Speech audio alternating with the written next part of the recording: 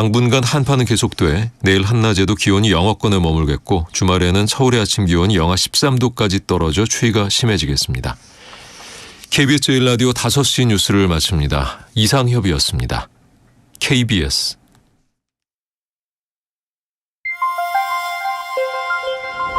대한민국 중심 채널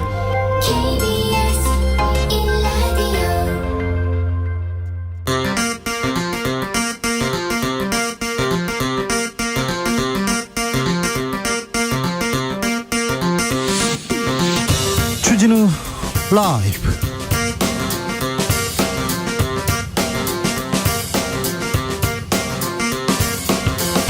(2022년 12월 15일) 목요일입니다. 안녕하십니까, 주진우입니다.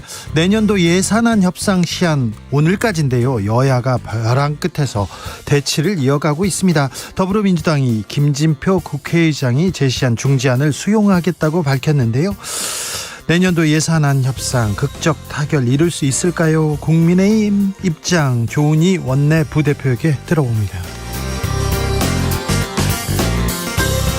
국가교육위원회가 자유민주주의 표현을 유지하고 성소수자, 성평등 표현을 삭제한 2022년 개정 교육과정을 확정했습니다. 윤석열 교육정책에 대해서 일부 교육위원들 유감을 표명하고 있는데요. 개정된 교육과정 뭐가 문제라는 건지 정대와 국가교육위원회 상임위원에게 들어봅니다. 이태원 참사 생존자였던 10대 고등학생이 혐오 댓글에 시달리다 끝내 극단적인 선택을 했다는 비보가 전해졌습니다. 2차 가해 어떻게 봐야 할까요? 개인의 일탈일까요? 사회적 문제일까요? 정치권에서 이 일탈, 막말은 왜 계속 터져 나오는 걸까요? 철학의 맛에서 짚어보겠습니다. 나비처럼 날아 벌처럼 쏜다. 여기는 주진우 라이브입니다. 오늘도 자중차에 겸손하고 진정성 있게 여러분과 함께 하겠습니다. 뉴질랜드가 초강력 금연법 채택했습니다. 2009년 이후에 출생한 국민은 담배를 구매할 수 없습니다. 영원히 구매할 수 없습니다. 법안이 의회를 통과했는데요. 그러니까 만 13세 이하 뉴질랜드 청소년은요, 성인이 되어도 담배를 살 수 없습니다. 이를 어기면 벌금이 우리 돈으로 약 1억 2,500만 원입니다. 사기만 해도 1억 2,500만 원입니다. 2025년까지 완전한 금연 국가로 가겠다, 뉴질랜드에서 선언했는데요. 뉴질랜드의 실험 성공할지 지켜봐야겠습니다. 옛날에는 담배 많이 피웠는데요, 사무실에서 다 담배를 피웠어요. 회의할 때도 그렇고, 비행기 타면요 옆에서 피우고 그랬어요. 금연은 뒤쪽, 흡연석은 앞쪽, 흡연석은 뒤쪽에서 다 피우고 그랬습니다. 공항에서도 피웠고요, 공항에서도 피우고 터미널에서도 피우고 다 피웠는데 요즘은 담배 피우기 어려워요. 그런 분들이 있습니다. 나의 금연 성공기 들어보겠습니다. 담배는 끊는 게 아니고 참는 거라고 어떻게 얘기하는 사람도 있고요. 이렇게 맛있는 걸 왜 참아? 막 이렇게 얘기하는 사람도 있는데, 자, 연말이니까 연초 내년을 위해서, 건강 위해서 담배 끊으시라고 함께 응원해드리겠습니다. 나 어떻게 이렇게 끊었다, 담배 끊은 사연 이렇게 보내주시면 됩니다. 나 술 어떻게 끊었다, 나 이 탄수화물 어떻게 끊었다, 다 좋습니다. 다 나의 끊은 사연 좀 들어보겠습니다. 나 애인 어떻게 끊었다, 이 얘기 들어보겠습니다. 그런 분들이 많아가지고 연말에 샵 9730, 짧은 문자 50원, 긴 문자는 100원이고요 콩으로 보내시면 무료입니다. 그럼 주진우 라이브 시작합니다.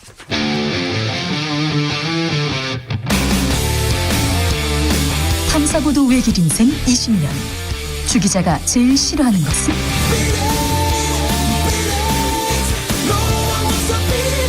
이 세상에서 비리와 부리가 사라지는 그날까지, 오늘도 흔들림 없이 주진우 라이브와 함께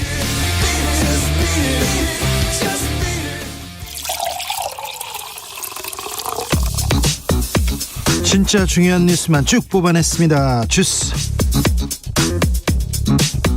정상근 기자 어서 오세요. 안녕하십니까? 눈이 많이 왔습니다. 네, 눈이 오늘 오전부터 많이 내렸습니다. 특히 서울 등 중부지방에 눈이 많이 쏟아졌는데요. 수도권 서부 지역을 중심으로 시간당 눈이 2, 3cm 내렸습니다. 수도권 강원 내륙 산지, 충남 일부 지역, 이 경북 북동 산지 등에 대설 관련 경보가 발령이 됐었습니다. 지금 눈은 좀 그쳤어요. 그런데 밤에 기온이 떨어지면 얼까 걱정입니다. 퇴근길 그리고 출근길 각별히 조심하셔야 됩니다. 미국은 또 금리를 올렸습니다. 네, 미국 연방준비제도가 현지 시간으로 14일 기준금리를 0.5%포인트 인상했습니다. 연준은 앞서 4번 연속 자이언트 스텝을 밟은 바 있기 때문에 이번 빅스텝은 속도 조절로 평가받고 있습니다만 0.5%포인트 인상도 큰 폭입니다. 큰 폭입니다. 우리하고도 지금 금리 차이가 1.25%포인트까지 지금 벌어졌어요. 그러니까 금리가 역전됐는데 우리도 좀 올릴 것 같습니다. 한국은행의 고민이 깊어질 것으로 보이는데요.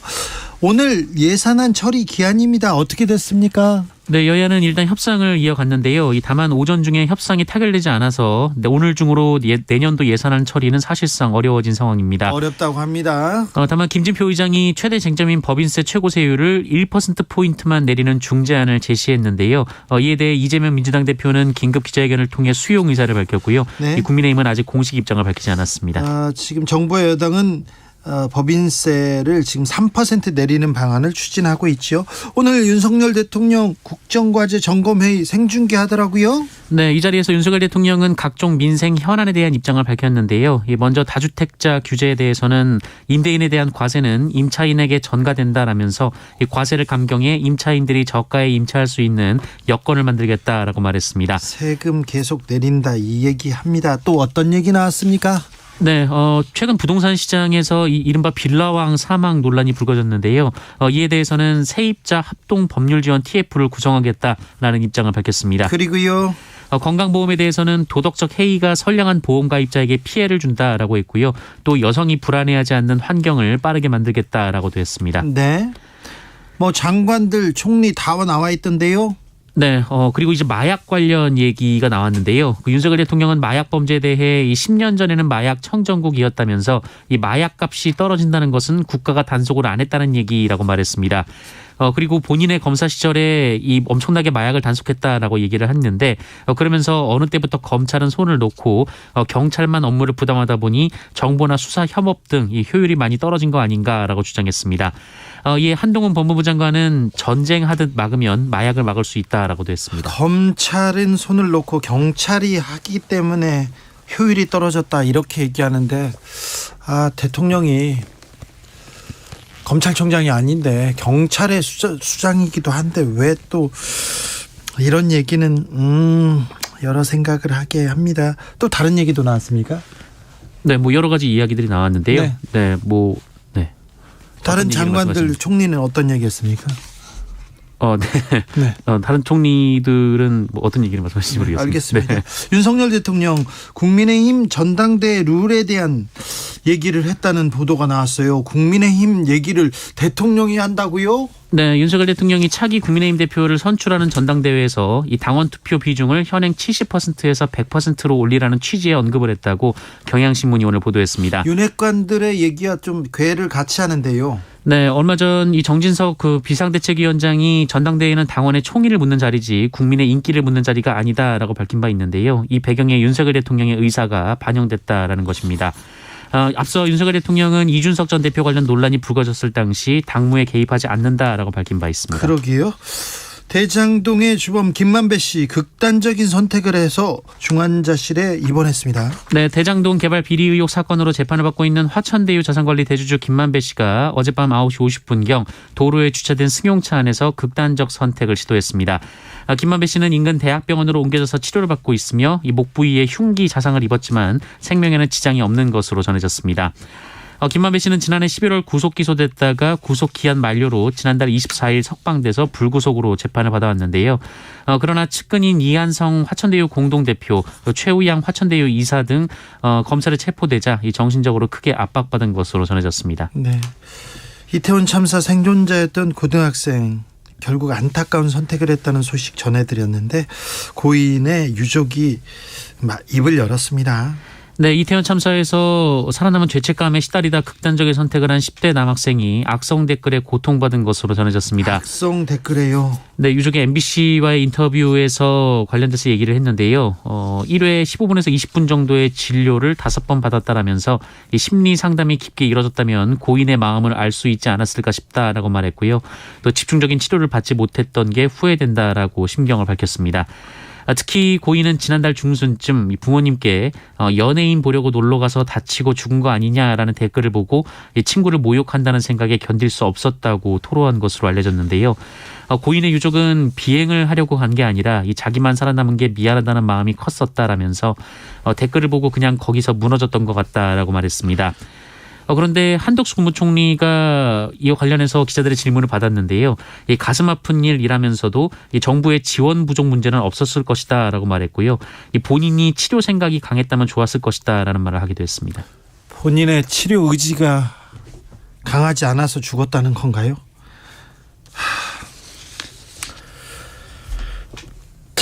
그때 정부는 뭘 하고 있었는지, 정부가 그리고 또 정치가 이 유족들 그리고 생존자들 이렇게 다독이고 지켜봐야 되는 거 아닌가요? 국가의 존재 이유가 그런 데 있지 않나요? 무심코 던지는 돌에 누군가는 피를 흘린다는 것 꼭 알아야 됩니다. 악플 그냥 달았어요. 아닙니다. 폭력일 수도 있고요. 어떨 때는 살인일 수도 있다는 거 알아야 됩니다. 2부 철학의 맛에서 저희가 깊게 고민해 보겠습니다. 이태원 참사 희생자 유가족 협의회에서 국민의힘 김민아 시의원에 대한 의원직 박탈 요구했습니다. 네, 이태원 참사 희생자 유가족 협의회 유족들과 민주사회를 위한 변호사 모임 경남지부는 오늘 창원시 의회 앞에서 기자회견을 열고 참사 희생자와 유족들에 대한 막말을 일삼은 국민의힘 김민아 창원시 의원에 대한 의원직 제명을 촉구하는 한편 김민아 의원을 모욕 등의 혐의로 고소했습니다. 모욕적이죠. 유족들한테 모욕적이었을 거예요. 네, 한 유족은 도대체 무슨 생각으로 이런 망언을 했는지 잠을 한숨도 못 잤다라고 했고요. 이 본인은 자식을 키우는 부모가 아닌가라고 비판했습니다. 그러면서 꼭 징계해 주시길 바란다라며 울분을 터뜨리기도 했습니다. 국민의힘에서 계속해서 수위를 높여가면서 이런 막말에 가까운 얘기를 하고 있는데 또 그렇게 또 강한 얘기를 하지 않습니까? 그러면 잘했다 박수 치는 사람들이 있어요. 참 이걸 어떻게 이해해야 되는지 저희가 2부에서 고민해 봅니다. 이번 카타르 월드컵은 메시 대 음바페, 아르헨티나와 프랑스 대결로 좁혀졌습니다. 네, 오늘 새벽 4시에 치러진 2022 카타르 월드컵 준결승 두 번째 경기에서 이 프랑스가 모로코를 2대0으로 이기고 결승전에 진출했습니다. 네. 만약에 프랑스가 결승전에서까지 승리를 한다면 그 지난 대회에 이어서 대회 2연패를 하게 되는데요. 네. 1938년 이탈리아, 1962년 브라질에 이어 역대 세 번째 2회 연속 우승이 됩니다. 최근엔 한 50년간, 근 50년간은 월드컵 우승국은 그 다음 대회에서 거의 졸전을 펼치는 것으로 이렇게 거의 관례화됐는데 지금 프랑스가 그 예상을 깨고 있습니다. 네, 그리고 이번 월드컵에서 모로코가 그야말로 철벽 수비를 통해서 강팀을 잇따라 잡으면서 돌풍을 일으켰었는데요. 그랬죠. 하지만 이번에는 전반 5분 만에 프랑스에게 선제골을 빼앗겼습니다. 하지만 모로코는 강했습니다. 계속 몰아붙이더라고요. 네, 모로코의 기세가 후반전에 매우 강했는데요. 그러나 후반 34분 이 교체 투입된 무하니 선수가 교체된 지 1분도 되지 않아 쐐기골을 뽑아내면서 경기가 마무리가 됐습니다. 프랑스의 2대0 승리입니다. 프랑스와 모로코, 네, 역사적으로도 전쟁 같은 역사를 가졌습니다. 모로코는 프랑스의 식민 국가였는데 이 부분에 대해서도 저희가 잠시 후에 좀 고민해 볼게요. 코로나 상황 어떻습니까? 네, 오늘 발표된 코로나19 신규 확진자 수는 7만 154명입니다. 어제와 비교하면 1만 5천여 명 정도 줄었는데요. 지난주와 비교하면 5천여 명 정도 늘었습니다. 위중증 환자는 465명으로 어제와 비슷하고요. 사망자는 58명이었습니다. 주스 정상근 기자 함께했습니다. 감사합니다. 고맙습니다. 저는 끊었습니다. 금연에 성공했습니다. 이렇게 얘기하는데 8891님 라떼는 말입니다. 시내버스 안에서도 담배 폈다고 옛날에 버스에서 폈죠. 기억납니다. 8649님 담배는 끊으셔야 합니다. 저는 탄산음료를 끊었습니다. 혈당이 안 좋은 거 생각하면 마실 수가 없더라고요. 햄버거, 피자에 콜라, 사이다가 필요한데 말입니다. 저는 콜라를 끊지 못하고 있는데 그냥 마시려고 하는데 저는 계획 안 세우려고 하는데 뜨끔합니다. 9801님 아침에 담배 한 갑을 사서요 한 가치만 피우고 나머지는 다 버리는 생활을 2년 했습니다. 끝내 돈 아까워서 끊어지더라고요. 이건 또 어떤 심리지? 6466님, 저희 아버지 말씀에 담배 끊는 건 신의 영역이다, 이렇게 얘기하시네요. 내년에는 꼭 신의 영역에 도전해 보렵니다. 응원해 주세요. 응원하겠습니다. 네. 김한수님, 학창 시절에 담배를 피우다가 선생님한테 걸려가지고 징계받은 것을 징계받지 않고 회초리를 100대 맞고 담배를 끊고 지금까지 왔습니다. 그렇습니까? 네, 잘하셨어요. 주부님, 5월 31일 세계 금연의 날에 끊어보자는 신념으로 그날 뚝 끊고 지금 15년째 금연 중입니다. 잘하셨어요. 잘하셨습니다. 네. 5281님, 와이프가 담배 피는 걸 너무 싫어해가지고요, 결혼하기 위해서 끊었습니다. 끊으셔야죠. 지금 두 딸들에게 자랑 삼아 얘기는 하곤 합니다. 잘하셨습니다. 네. 네. 응원하겠습니다. 담배 끊는 분들 모두 응원하겠습니다.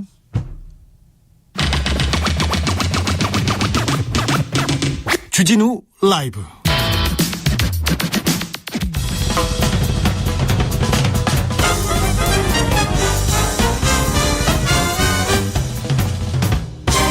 훅 인터뷰.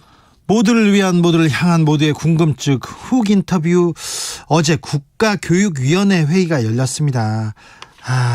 윤석열 정부의 교육정책 방향을 잡는 매우 중요한 회의인데 몇 명은 반대하고 기권하고 막 표결에 응하지도 않았습니다. 무엇이 문제였을까요? 정대와 국가교육위원회 상임위원에게 물어보겠습니다. 안녕하세요. 네, 안녕하세요. 네, 잘 계시죠? 네, 그렇습니다. 네. 어제 중요한 회의가 열렸습니까? 네, 국가교육위원회 회의인데 이게 무슨 회의입니까? 예, 그러니까 그동안에 교육부가 하던 업무인데요. 네. 어제 우리가 한 것은 국가교육과정에 관한 교육부의 심의안이 있는데 네. 그것을 의결하는 자리였습니다. 네. 조금 더 말씀드리면은 국가교육과정이라고 하는 것은 우리나라 초등학교, 중학교, 고등학교의 국어, 수학, 사회, 과학 등 모든 교육과정의 교과서를 네. 기술하는 어떤 기본이 되는 어떤 그런 교육과정을 만드는 그런 작업을 얘기하는 거니까 네. 우리 교육의 근본이자 대강인데 그것을 어제 결정하는 자리였습니다. 윤석열 정부 교육정책의 근본이자 대강을 알아보는 자리였겠네요. 어떤 방향으로 흘러갔습니까? 어떻게 보셨어요? 그래서 이제 이게 조금 애매한 부분이 네. 이제 이게 이 교육 과정의 큰 줄기는 전 문재인 정부의 교육부에서 추진을 해왔고요. 네. 그러다가 이제 5월에 정부가 바뀌면서 이게 기조가 좀 많이 바뀌었어요. 네. 그리고 또 그 과정에 지난 9월 하순경에 이제 저희 국가교육위원회가 또 새로 발족을 하면서 조금 이제 복잡해졌는데 복잡하네요. 결국은 그렇게 이제 정부가 바뀌고 하는 과정에서 여러 가지 사회적 논란을 일으키는 주요 쟁점이 좀 부각이 됐어요. 네. 그런데 결과적으로 그 쟁점들이 제대로 우리 위원회에서 소화되지 못하고 그냥 이렇게 조금 부족하게 결의가 되어버리는 그런 상황이 됐네요. 그래서 반대표도 많이 나오고 표결에 참석하지 않은 분도 있다고 하는데 네. 왜 그렇대요? 그러니까 이제 사실은 이게 국가교육위원회가 발족한 지 얼마 안 돼서 아직 좀 아직 틀이 다 갖춰지지 않은 상태에서 이제 우리가 이것을 심의 의결하게 되어 있어요. 네. 그래서 시간은 좀 부족하지만 우리도 이제 심의를 하면서 사실은 학습도 하고 이제 의견도 맞춰가는 그런 과정인데요. 그래서 논의를 좀 더 하자 이제 그런 이야기가 쭉 있었고 그 논의하는 방법으로 또 저희가 지난주에 소위원회를 구성해가지고 따로 좀 밀도 있게 수기를 좀 하기도 했어요. 예. 그걸 해봤더니 역시 이제 몇 명이 모여가지고 구체적으로 수기를 하니까 네. 의견 접근이 좀 되기도 하더라고요. 예. 그래서 이제 어제 이제 저도 어떻게 이제 좀 의견을 냈냐면은 합의된 것은 오늘 합의 처리하고 합의되지 않은 것은 더 논의를 하되 특히 의견이 근접한 거에 대해서는 조금 더 논의해가지고 합의의 범위를 좀 더 높이는 그런 노력을 좀 하자. 예. 국민들도 관심을 많이 가지고 있고 네. 또 이게 굉장히 중요한 거다. 이제 이런 취지에서 의견을 제안했는데 네. 이제 어제 분위기는 뭐 더 이상 합의는 못 하고 네. 어제 그냥 그 표결로 끝내겠다 이런 분위기였어요. 예. 그러니까 이제 아니 이것을 그렇게 하는 것은 좀 너무 무리하다. 예. 이게 교육 과정에 관한 건데 네. 그래서 이런저런 이제 설왕설래가 있다가 네. 이렇게 말하자면은 추가적인 협의 없이 이렇게 그냥 표결로 강행 처리하면은 그러면은 이 논의에 참여하기 어렵다 이렇게 생각하는 사람들이 알겠습니다. 이제 회의장을 이제 퇴장을 한 거죠. 네. 교수님을 비롯해서. 네. 네. 알겠습니다. 퇴장. 교육 문제는 얘기하는 것도 어렵습니다. 네. 일단 교육 문제는 어렵습니다, 교수님. 자, 그런데요. 네. 박근혜 정권 때 교과서 문제, 역사 교과서 네. 국정화. 네. 국정화 문제. 그거에 대해서 좀 걱정하는 사람들이 있어요. 다시 그렇게 될지 않을까. 지금 네. 쟁점이 됐던 역사 고등학교 한국사 과목에서 자유민주주의 표현 계속 이렇게 들어간다면서요? 들어갔습니다. 어제 의결을 했으니까. 그래요? 자유민주주의를 이렇게 표현을 꼭 들어가야 된다. 이렇게. 예. 그러니까 고등학교에서 고등학생이 배우는 한국사 교과서에 네. 1940년대 그러니까 우리가 일본 식민지 지도부터 해방되고 정부를 수립하게 됐잖아요. 예. 그 과정에서 예전에 이제 원래 원안에는 그냥 이제 냉전 체제 하에서 이제 뭐 이런저런 혼란을 겪으면서 대한민국 정부가 수립되었다 이렇게 기술되었는데 네. 그것을 자유민주주의에 기초하여 정부가 수립되었다 이렇게 이제 교육부가 최근에 바꿨어요. 자유민주주의를 꼭 넣어야 된다. 기초하여. 예. 이거 어떤 의미입니까? 아마 자유민주주의가 좀 중요하다고 판단해서 그런 것 같은데요. 근데 1940년대에는 그런 논의가 없었고, 네. 그런 흐름도 아니었고, 또 아시는 것처럼 해방 직후에는 다양한 이념이 각축되는 그런 시기였잖아요. 그렇죠. 예, 그래서 그게 일관되게 어떤 특정한 이념을 기반으로 대한민국 정부가 수립되는 그런 어떤 질서 있는 과정은 아니었어요. 예. 그러니까 자유민주주의에 기초해서 정부가 수립되었다고 하는 것은 그건 사후적인 하나의 해석이지. 예. 그게 그 당시의 역사에 맞는 것은 아니거든요. 자유민주주의란 얘기는 전두환 박정희 시절 그리고 또 이명박 네. 박근혜 정부 시절에도 이런 단어를 이렇게 주창하진 않았던 것 같은데요. 예, 그런 것 같은데 이번에 그걸 꼭 넣어가지고 그것도 이제 원래 이 교과서의 집필본을 이제 짰던 전문가들이 전부 다 반대했거든요. 반대했어요? 예, 다 반대하고 그래서 이게 교육부에서 이것을 추가하는 과정에서도 여러 논란이 있었는데 예, 교육부에서 먼저 논란을 일으킨 것이긴 합니다만은 그러면 이제 우리 국가교육위원회에서 이것을 좀 제대로 좀 바로잡아 주든지 정리를 해줘야 되는데 이제 그게 그렇게 하지 못하고 그냥 교육부안을 그대로 우리 국가교육위원회에서 그대로 그냥 수용해버리는 형태가 되어서 이거 참 이게 걱정도 되고 네. 너무 좀 아쉽다는 생각이 듭니다. 자유민주주의 이 말이 그렇게 중요한지 계속해서 이렇게 왜 여기에 고집을 부릴까요? 예, 사실은 실질적인 의미가 없는데도 좀 좀 이념적 어떤 지향성이 너무 강하게 이 교육 과정에 반영되는 것 아닌가 싶어서 네. 예. 사실 우려가 됩니다. 그러게요. 대통령이 주창하던 단어기 때문에 꼭 넣어야 된다 이런 거 아닌가 이렇게 또 좀 생각해 보기도 합니다. 성평등 대신에 양성평등이란 용어를 사용합니까? 성소수자 표현은 삭제됐습니까? 아닙니다.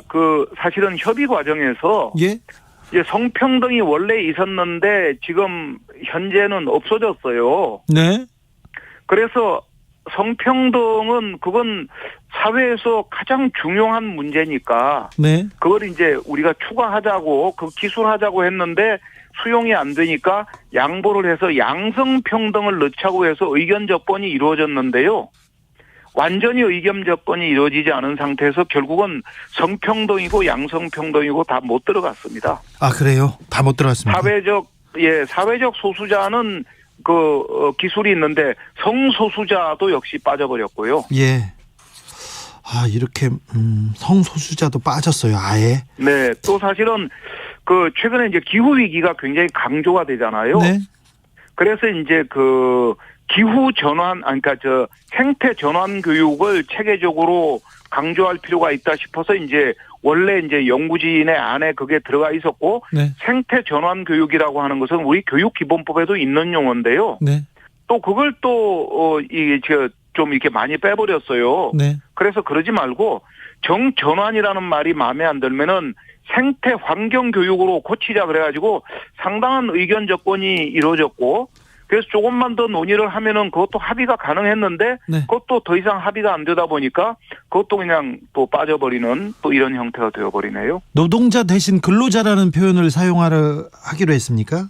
원래 이제 노동자라는 용어가 있었고요. 예. 근데 그것도 이제 지난번에 이제 정부 교체 이후에 다 빠져가지고 이제 노동자를 이제 홍길동식으로 표현하면요. 네. 노동자를 노동자라 부르지 못하고, 그러니까 근로자라 부르고, 노동을 노동이라 하지 못하고 근로라고 하고 뭐 이런 형국이 되어버렸습니다. 그러니까 이게 사실은 일반적으로 언론과 학교와 일상생활에서 노동자, 노동조합, 노동투쟁, 노동운동은 다 쓰는 용어인데, 네. 그 용어가 교과서에는 못 실리게 된 겁니다. 아, 그렇습니까?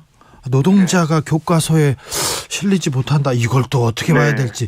윤석열 정부의 교육 정책 앞으로 어떤 방향으로 이렇게 흘러갈지 좀 알려주십시오. 제가 교육부가 아니어서요. 그걸 제가 말씀드리기는 좀 그렇고요.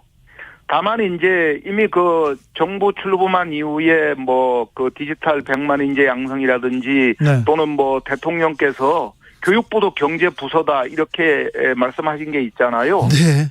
그래서 이제 사실 교육이 두 측면이 있는데요. 하나는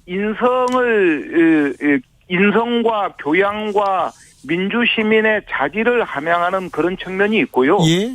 그다음에 이제 기술과 경제와 이런 것을 또 함양하는 두 측면이 있고, 저는 그것을 자전거에 두 바퀴, 비행기에 두 날개 이렇게 보거든요. 예. 어느 쪽 한쪽도 소홀히 할 수 없는 것인데, 그런 면에서 보자면은 교양과 인성과 민주 시민에 관한 어떤 자질, 이런 부분이 자칫 소홀히 되고 경제와 기술만 강조되는 반쪽 교육으로 가면 어쩌나 하는 이런 걱정이 꽤 많이 있습니다, 저는. 네, 알겠습니다. 말씀 잘 들었습니다. 네. 교육 문제 중요한데 어찌 또 윤석열 정부의 교육은 어떻게 흘러갈지 또 모셔서 말씀 듣겠습니다. 정대화 국가교육위원회 상임위원이었습니다. 감사합니다. 감사합니다. 교통정보센터 다녀오겠습니다. 유하영 씨. 네, 이 시각 교통정보입니다. 많은 눈이 내린 만큼 퇴근길 교통이 혼잡한데요. 강변북로 일산 방향 마포대교 1차로에 고장난 차가 서 있습니다. 동작대교부터 정체고요. 경부고속도로 도심 방향 올림픽대로 공항 쪽 연결로입니다. 2차로에서 화재 사고 났는데요. 아직 불씨가 꺼지지 않고 연기가 짙습니다. 양재 나들목부터 막힙니다. 각별히 주의 운행하셔야겠고요. 이전에는 기흥에서 죽전까지 길게 막히고 중부고속도로 하남 쪽으로 일죽에서 남이천 나들목까지 답답합니다.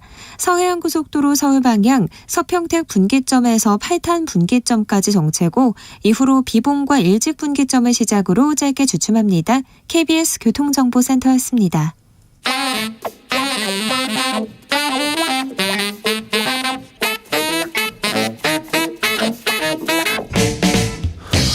세계는 넓고 이슈는 많다. 우리의 시야를 국제적으로 넓혀보겠습니다. 국내 뉴스, 국제 이슈 다 덤벼라. 지금은 글로벌 시대. 국제적 토크의 세계로 들어가 보겠습니다. 군사 외교 안보 전문가 김종대 전 의원. 안녕하십니까?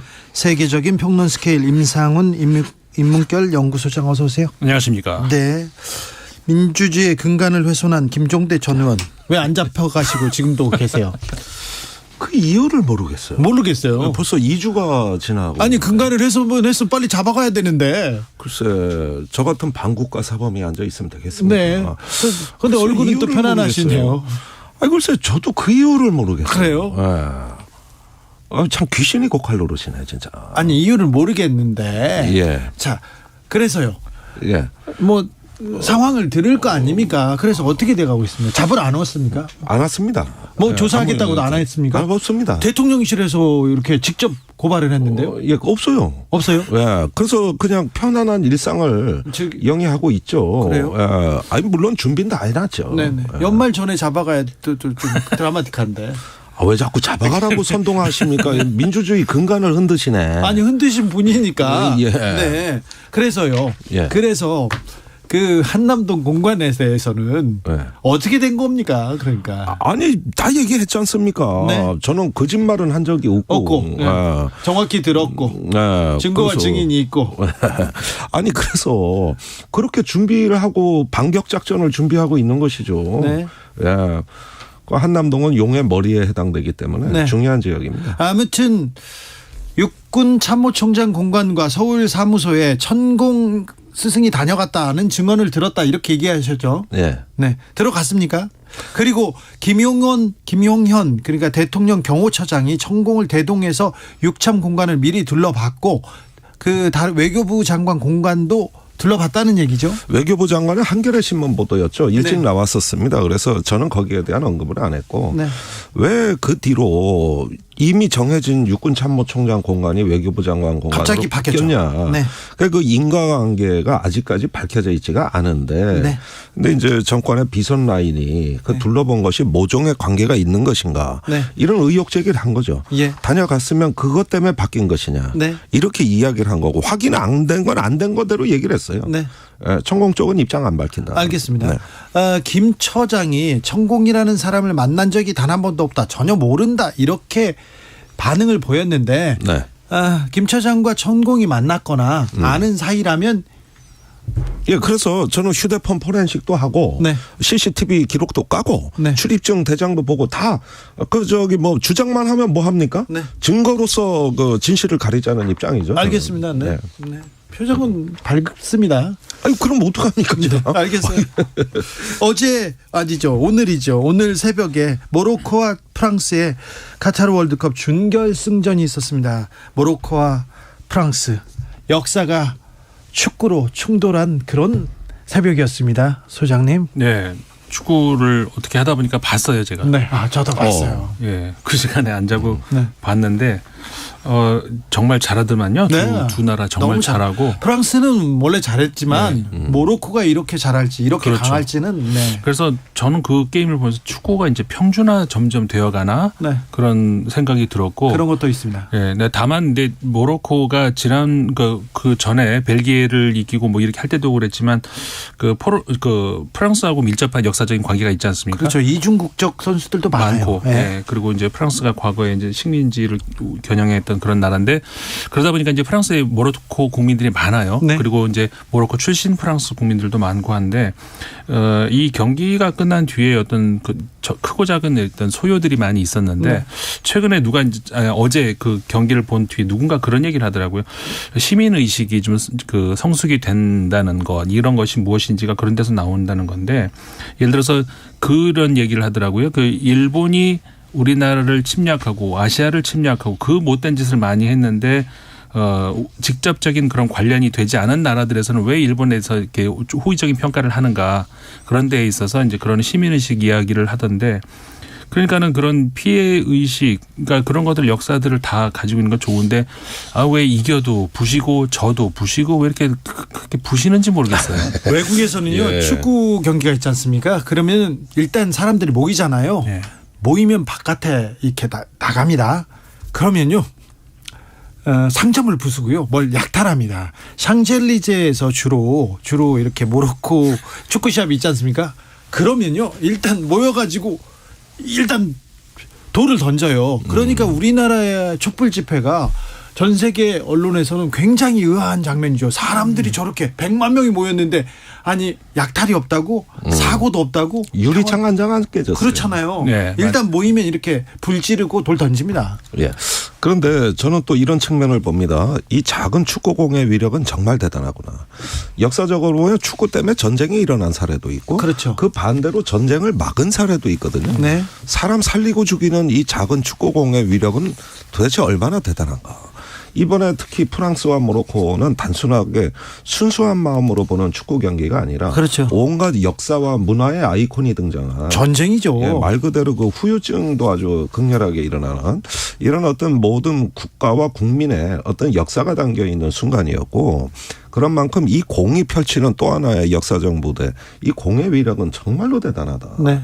그런 점에서 저는 좀 많은 것을 생각하게 했는데 언젠가 우리가 이런 역사와 정치를 다 벗어버리고 순수한 멘탈로 이 축구를 관람할 수 있을까? 그럼 저는 앞으로도 불가능하다고 봐요. 그럼 그거는 재미가 불가능해요. 없어요. 또 예. 재미가 최근에 그 얼마 전 그러니까 프랑스가 모로코 이기 직전에 영국한테 이겼잖아요. 네. 그 영국하고 프랑스의 축구 시합 이거는 우리나라 여기서 보면 한일전이거든요. 네. 저는 일부러 그래서 프랑스 영국 시합하는 것을 프랑스 텔레비전으로 들어가서 봤거든요. 네.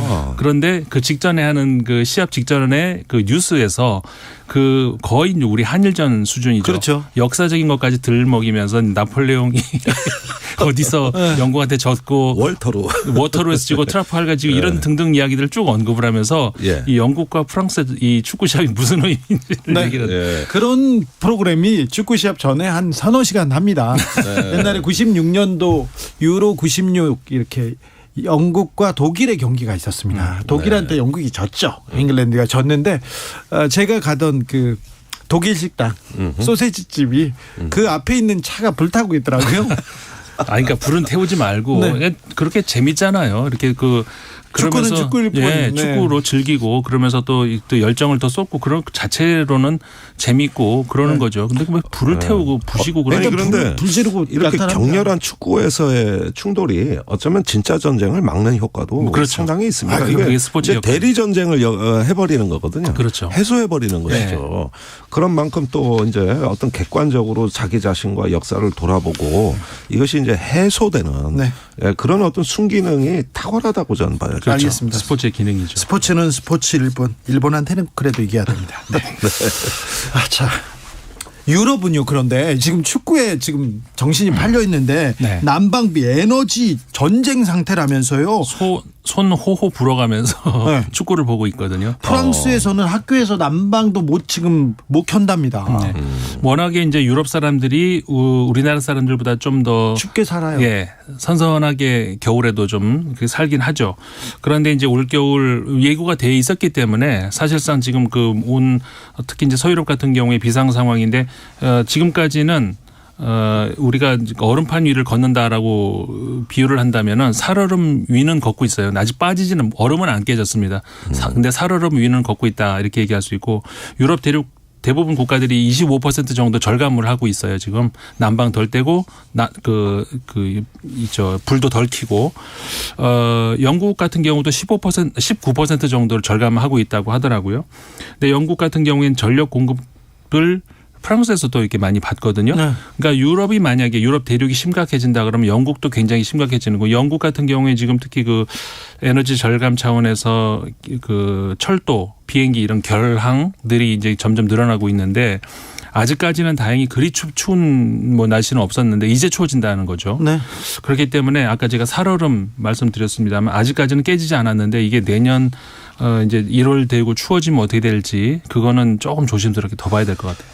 김종대 의원님, 네. 주한미군이 우주군을 창설한다 얘기 나왔는데 이게 무슨 말입니까? 예, 2019년에 미국이 제6군으로 우주군 사령부를 창설했고요. 예. 그 뒤에 인도태평양 사령부의 예하부대로 네. 우주군 사령부가 창설돼 있습니다. 예. 그것이 이제 최근에 한국과 일본에서 우주작전부대로 또 그 예하부대로 창설되는 거거든요. 그러면 이제 사람들이 오늘 제가 기사를 쭉 보니까 약간 좀 방향을 잘못 찍고 있다는 느낌이 드는 것이 네. 이게 북핵 미사일 대비 미사일 방어로 가기 위한 어떤 맥락으로 우주군 사령부를 정보를 보는 시각들이 많더라고요. 네.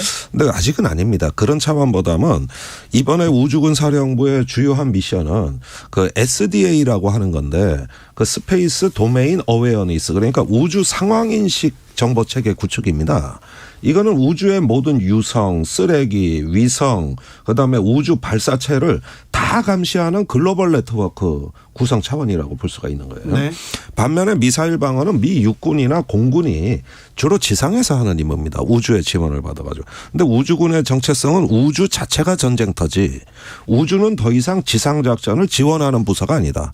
그래서 독립을 한 거거든요. 그러니까 우주에서 거기서 전쟁터고 거기서 상황을 해결해야 된다고 믿는 사람들이에요. 그러니까 완전히 정체성도 다르고 유니폼도 다릅니다. 그래서 이게 뭐 당장 스타워즈 같은 전쟁으로 가는 건 아니지만은 지금 중국과 러시아의 반위성 요격 무기, 즉 위성을 격추시키는 미사일이 이미 갖춰져 있거든요. 네. 그리고 북한도 언젠가 그 길로 간다고 보는 거예요. 그러니까 우주 방어가 들어가 있어요. 네, 방어. 네, 우주 방어가 들어가 있고 우주 교전, 그다음에 우주에서의 전자전 이런 것들입니다. 그리고 작년 8월에 미 우주군이 5대 전략 미션을 발표했어요. 예. 거기에 1번이 딥스페이스 미션입니다. 그러니까 지구 달 사이의 시스루나 공간 38만 5천 킬로를 전략 공간으로 하겠다. 그러니까 이런 어떤 우주 상황 인식을 기반으로 해가지고 우주의 전략고지라고 할 수 있는 시스루나 공간을 장악하겠다. 여기까지 가 있거든요, 현재. 미국은 지금 우주에 지금 깃발을 꽂겠다고 지금 생각하는 것 지금 같은데. 달도 군사화하고 있습니다. 그러니까 달에 그 우주 군사 기지를 중국이 만든다고 보고 있는 거예요. 그것 때문에 미국이 우주군 창설을 서두른 겁니다. 그때 창어 로켓이 달 뒤편을 갔거든요. 네. 이것을 자극을 받아 트럼프가 당장 창설을 해가지고 네. 2019년 12월에 창설한 게 우주군이고, 이건 일단 동맹국하고 네트워크를 구축해서 네. 우주 전체를 하나의 도메인 영역으로 보고 여기에서의 어떤 그 깊은 우주 심우주에서의 작전까지 할 수 있는 별도 조직을 창설한다. 네. 그래가지고 공군하고 사이가 안 좋아요. 공군에서 끝까지 반대했거든요. 아, 우주군하고 공군하고요? 공군이 우주 영역이다. 그러니까 니들이 아는 우주는 지구 궤도를 얘기하는 거고 여기는 달까지 포함하는 심우주 딥스페이스까지 가는 거다. 다르다. 이래가지고 이제 그 트럼프 대통령이 공군의 그 반대 의견을 완전히 그냥 찍어 누릅니다. 네. 확실히 그냥 제압해버리고, 그리고 공군은 앞으로 이것에 대해 의견 표명을 금지한다. 알겠어요. 대그룰이라는 그런 룰까지 만들었으니까 네. 뭐 이거는 뭐 저 미군 내에서 제일 아주 큰 사건이에요. 아무튼 우주군을 창설해서 ET를 공격하거나 포획하거나 그런 목표는 아닌 거죠. ET요? 네. 글쎄 뭐 있다면은 뭐 온다면 어쩔 수 없이 또 우주군이 대응해야겠죠. 네. 오긴 온답니까? 온 거 아니에요? 왔나? 자전거 타고 다니는 건 아닌가요? 어쩌면 왔다 갔는데 우리가 모를 수도 그럴 있죠. 수도 있죠. 네. 그럴 수도 있는 겁니다. 맞습니다.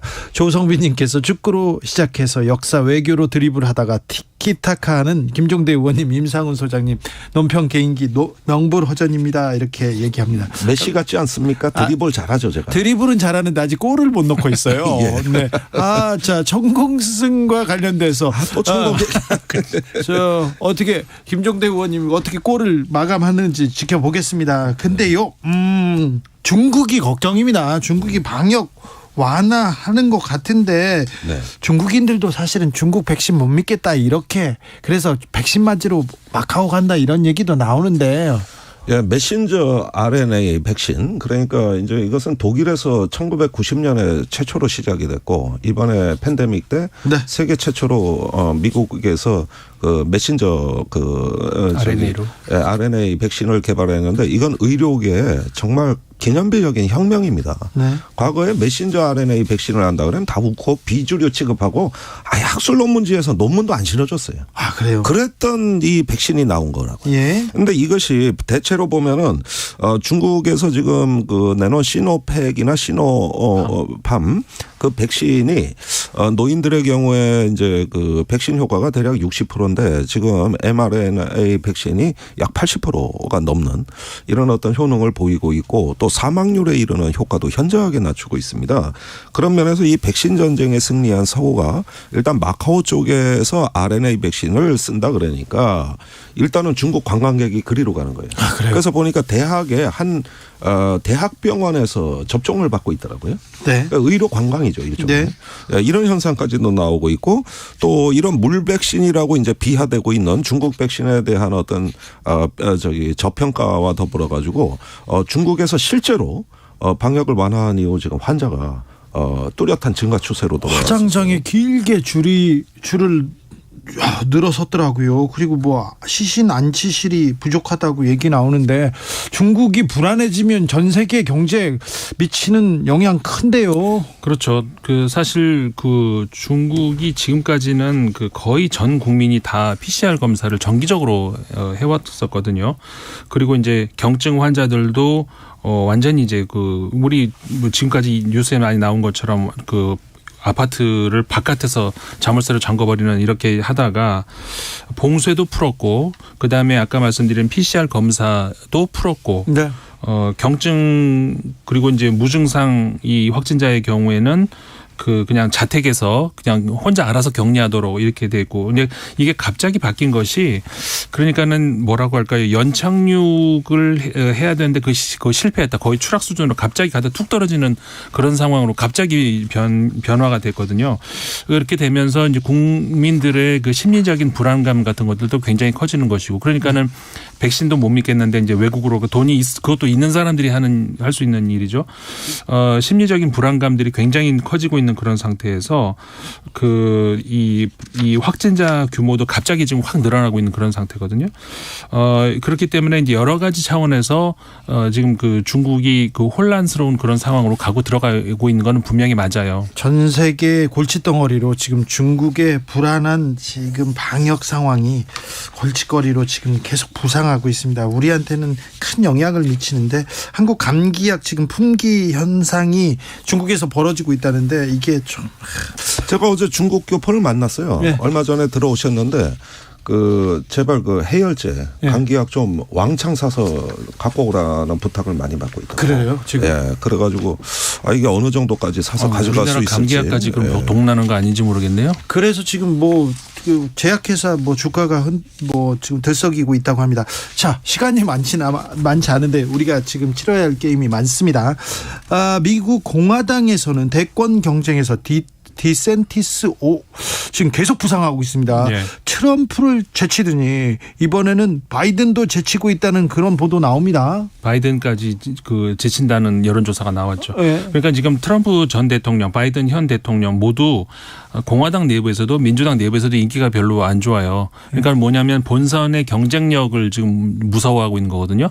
그러니까 공화당 주자들 중에서도 아주 강성 주자들은 여전히 트럼프 대통령을 지지를 하고 있는데 네. 그렇지 않은 경우 그러니까는 이게 중간 이 영역을 봐야 된다라고 생각하는 이 공화당 지지자들은 트럼프 대통령으로 안 된다라고 생각을 하고 있어. 그 표들이 전부 디센티스 플로리다 주지사로 가고 있거든요. 그런데 그런 경향이 민주당에서도 똑같이 나오고 있다는 것이죠. 네. 지금 디센티스 등장하는데 이 바이든으로 안 된다라는 그런 목소리들이 민주당에서 점점 커지고 있다는 거. 그러니까 이게 어떻게 앞으로 이제 내년 1월 정도 되면은 바이든 대통령이 아마 표명을 할 거예요. 나온다 안 나온다. 나오려고 하는 것 같은데요. 지금까지는 그렇죠. 왜냐하면 중간 선거를 지금 그런 예가 드물 정도로 좋은 성적을 거둔 거란 말이에요. 민주당이. 예, 그렇지만 나이와 그다음 능력과 또 회의를 품는 사람들이 많으니까요. 네. 계속해서 미국의 대권 경쟁은 달아오를 것 같습니다. 조 바이든 대통령이 한편 결혼 존중법에 서명했습니다. 그러니까 미국 전역에서 동성결혼 합법화됐습니다. 바이든 사랑은 모든 형태의 혐오에 대한 타격이다. 이렇게. 근데 이 법이 왜 나왔느냐. 네. 얼마 전에 연방대법원에서 임신거부법, 낙태죄를 이제 인정하는 네. 이런 어떤 판결을 내렸기 때문에 동성결혼에 대해서도 동일한 판결이 나올 거로 보고 서둘러 이 법을 만든 겁니다. 네. 그런데 상원에서 공화당 의원 12명이 찬성표를 반란을 냈어요. 내버렸죠. 네. 그러니까 상당히 다수표로 이 법안이 통과되고 바이든 쉽게. 대통령이 서명한 거거든요. 네. 이렇게 초스피드로 이렇게 법안이 발의되고 통과돼서 서명되는 이것이 연방대법원에 대한 일종의 견제 내진 사전 허들을 쌓는 과정이고 또 이걸 통해 가지고 미국의 소수자라든가 성적 다양성이 인정받는 또 하나의 민주적 어떤 그 하나의 계기를 만들었다. 네. 이런 점에서 좀 눈여겨볼 점이 많습니다. 네, 바이든 대통령 계속해서 하나씩 둘씩 업적을 쌓아가고 있는 거 아닌가, 정치력을 발휘하고 있는 거 아닌가 그런 생각도 해봅니다. 우크라이나 전쟁은 어떻게 돼갑니까? 우크라이나 전쟁 지금 그 보병은 상당히 좀 그 소강 상태로 들어가는 반면에 네. 포병 그러니까는 미사일 공격이라든가 이런 것들이 이제 점점 커지는 그런 위기 상황이 커지는 그런 상황이고 협상 이야기가 자꾸 나와요. 네. 근데 이제 역사적으로 보면 협상 이야기가 나오면은 우리나라 한국 전쟁도 그렇고 베트남 전쟁도 그랬고 몇 년 더- 가죠. 예, 그렇죠. 그리고 더 이렇게 격렬해지죠. 격렬해지죠. 네. 좋은 조건에서 협상에 들어가려고 그렇기 때문에 이제 그런 건데, 근데 사실 협상이 당장은 거의 불가능해 보이고요. 그 왜냐하면은 젤렌스키 대통령이 최근에 이제 여러 정상들하고 이야기하고 또 본인이 얘기하는 것들을 보면은 협상 조건으로 내거는 것들이 러시아가 도저히 받아들일 수 없는 것들이거든요. 네. 일단 그 러시아군 철수해라. 그 다음에 상호 불가침. 그 다음에 원상대로 이게 영토를 복원을 해야 된다. 네. 근데 이제 러시아 입장에서는 반대로 그렇게 얘기를 하죠. 그 현실을 인정해라. 이 현실을 인정하라는 것이 뭐냐면은 당신들의 그 친서방 정책으로 인해 가지고 이 우크라이나의 동쪽이 전부 러시아로 돌아서지 않았느냐. 네. 그것이 현실이다. 그러니까 완전히 영토를 놓고 서로 완전히 다른 이야기를 하고 있거든요. 협상은 현재로서는 도저히 불가능합니다. 그러면 올겨울 내년 초까지는 이런 양상으로 계속됩니까? 저는 뭐 예전부터 강조했습니다만 벨라루시의 참전 여부를 일단은 좀 뭐 서방이 차단하는 것이 가장 중요해졌다는 거. 참전 가능성이 높지요. 그런데. 아니 지금으로서는 벨라루스 자체 여론은 반대예요. 예. 그러나 정권이 어떻게 판단할지 모르겠고 벨라루스가 참전 안 해도 전쟁 터는 빌려줄 수 있어요. 예, 그럴 가능성이 지금 높아지죠. 러시아가 들어가 있습니다. 예. 러시아 군대가. 그래서 이거를 제가 여름부터 계속 일관되게 강조해드리고 있는데 요 점을 서방이 어떻게 차단하느냐. 지금 러시아는 참전하라는 압박을 이미 넣습니다. 예, 그래서 이런 것들이 이제 폴란드 쪽으로 확전되지 않게 하고 키이우 북부 쪽이 다시 재침공되는 이 가능성을 차단하는 게 핵심이다. 키이우하고 벨라루스는 거리가 굉장히 가깝거든요. 네. 올겨울 우크라이나는 어떻게 이 겨울을 날 수 있을지 걱정입니다. 우크라이나의 평화를 빕니다. 김종대, 임상훈 두 분 감사합니다. 고맙습니다. 시간이 다 됐어요. 네, 감사합니다.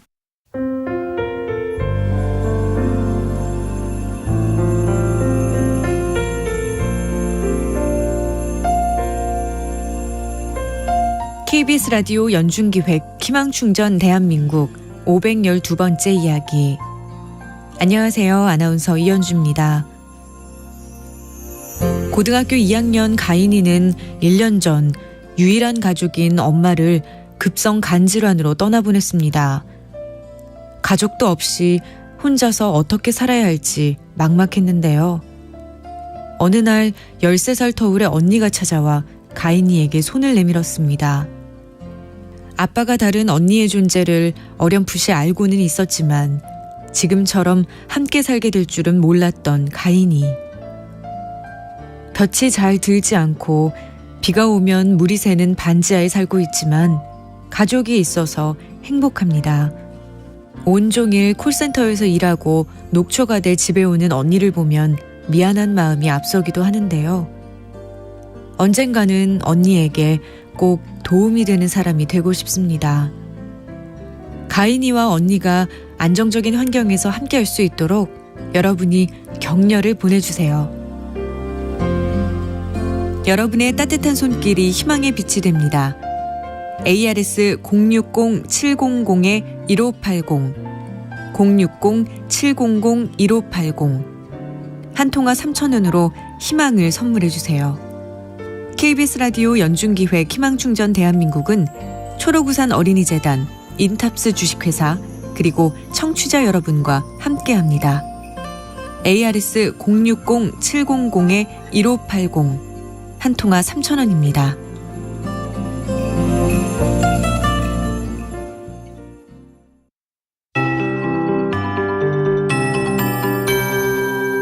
KBS 58분 날씨. 강원 충청권에 강한 눈이 쏟아지고 있습니다. 북서쪽의 구름대가 약해지면서 수도권의 대설주의보는 해제가 됐는데요. 특보가 남아있는 강원 충청권, 경북 북부에 저녁까지 1에서 5cm의 눈이 집중되겠습니다. 특히 충청권 북부와 경북 북동 산지는 최대 8cm의 많은 눈이 이어지겠고요.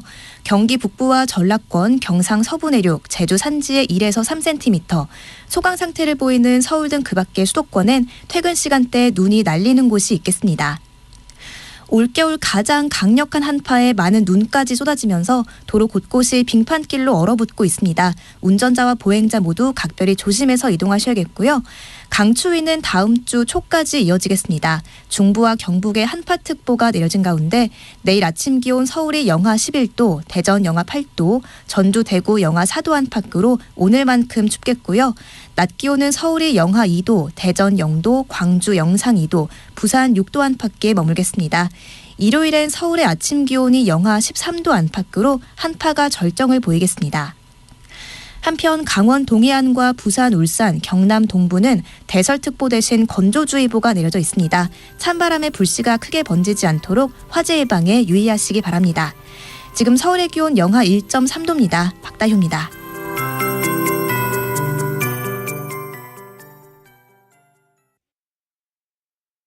정성을 다하는 국민의 방송 KBS가 6시를 알려드립니다. AM 711kHz, FM 97.3MHz, KBS 1라디오입니다. HLKA.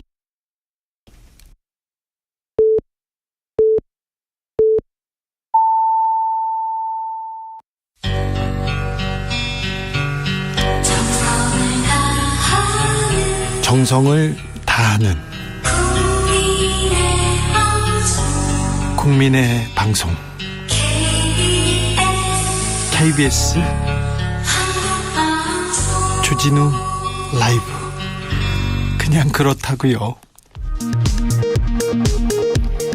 이 시각 라디오 정보센터 뉴스입니다. 윤석열 대통령은 오늘 제1차 국정과제 점검회의를 주재하고 국정과제는 정부 국정운영의 규범이자 국민과의 약속이라고 밝혔습니다. 또 부동산 규제 완화는 세입자를 위한 것이라고 설명했습니다. 김동연 경기도지사는 오늘 페이스북을 통해 불통과 일방주의를 소통과 대화로 공안 정국을 민생 정국으로 전환해야 한다며 불통과 일방적 밀어붙이기는 결국 경제 파국, 민생 파국의 지름길이 될 것이라고 밝혔습니다. 이른바 사무장병원을 운영하며 요양급여를 부정수급한 혐의로 재판에 넘겨진 윤석열 대통령의 장모 최은순 씨가 대법원에서 무죄를 확정받았습니다. 재판 과정에서 최 씨는 돈을 빌려주고 이사 자리에 이름만 올렸을 뿐 요양병원 운영에 전혀 관여하지 않았다고 주장했습니다. 2020년 4.15 총선에서 공직선거법을 위반한 혐의로 기소된 윤상현 국민의힘 의원이 대법원에서 무죄 판결을 확정받았습니다. 감사원의 국민권익위원회 감사가 마무리 국면에 접어든 가운데 전현희 권익위원장이 최재해 감사원장과 유병호 감사원 사무총장 등 6명을 고위공직자 범죄 수사처에 고발했습니다. 지금까지 라디오 정보센터 뉴스 정한나였습니다.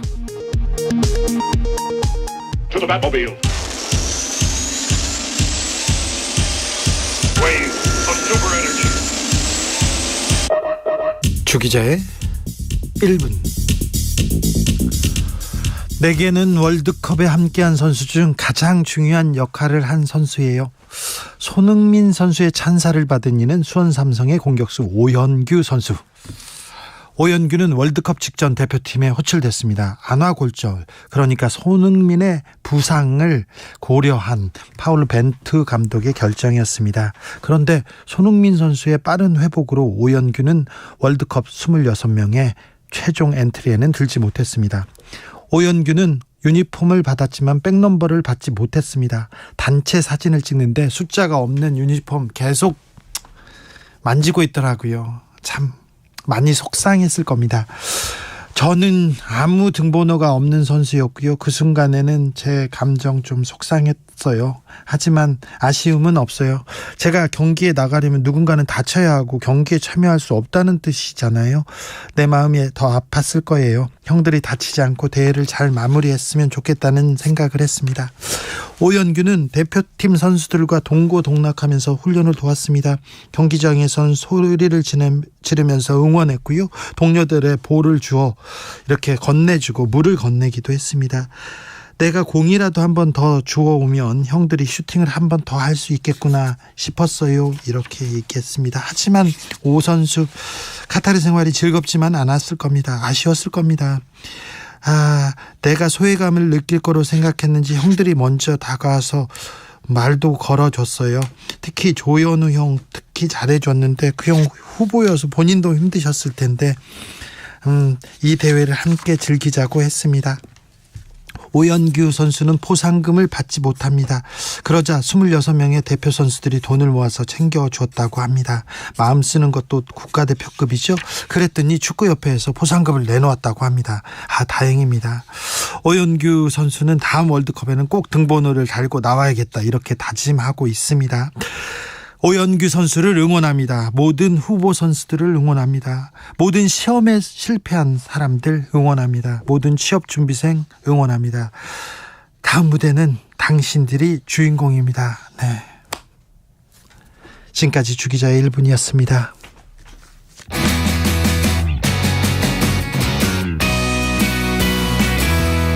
페퍼톤스가 불렀습니다. 행운을 빌어요. 저희가 오연규 선수 다음 주 월요일 날 모시겠습니다. 반짝 눈부신 날 짠하고 나타날 것 같아. 방금 짓궂은 그 표정 문득 머리 위로 차가운 공기가 흐른다. 이젠 인사를 할 시간. 시작하는 여행자여 안녕. 언젠가 우리 다시 만날 때 그대로 내가 사랑한 너의 말투 너의 웃음 그대로 생각해보면 똑같은 풍경. 이 하늘과 바람 복잡한 도시 그대여 눈을 감으면 나는 늘 여기서 널 기다리고 있을 테니까. 행운을 빌어줘요. 웃음을 보여줘요. 눈물은 흘리지 않을게. Goodbye. 뒤돌아서지 마요. 쉼 없이 달려가요. 노래가 멈추지 않도록.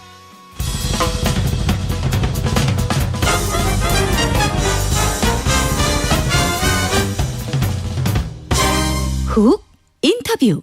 훅 인터뷰 이어갑니다. 국회는 오늘도 대치와 싸움. 한 발짝도 밖으로 안 나갑니다. 예산안 처리 표류하고 있습니다. 국정조사 표류하고 있습니다. 차질 표류 이런 얘기만 나옵니다. 어찌 될까요? 국회 국조특위의 소속입니다. 국민의힘 조은희 원내 부대표와 이야기 나눠보겠습니다. 안녕하세요. 안녕하세요. 좋은 사람 조은입니다. 좋은 사람 조은입니까? 네. 의원님 잘 지내세요? 네, 덕분에 잘 지냅니다. 구청장 하다가 의원하니까 어떠세요? 변화가 있어서 굉장히 보람이 있습니다. 보람이 있습니까? 오늘처럼 재밌습니까? 네. 눈이 많이 오잖아요. 네. 그러면 구청장은 오늘 집에 못 가요. 그렇죠. 네.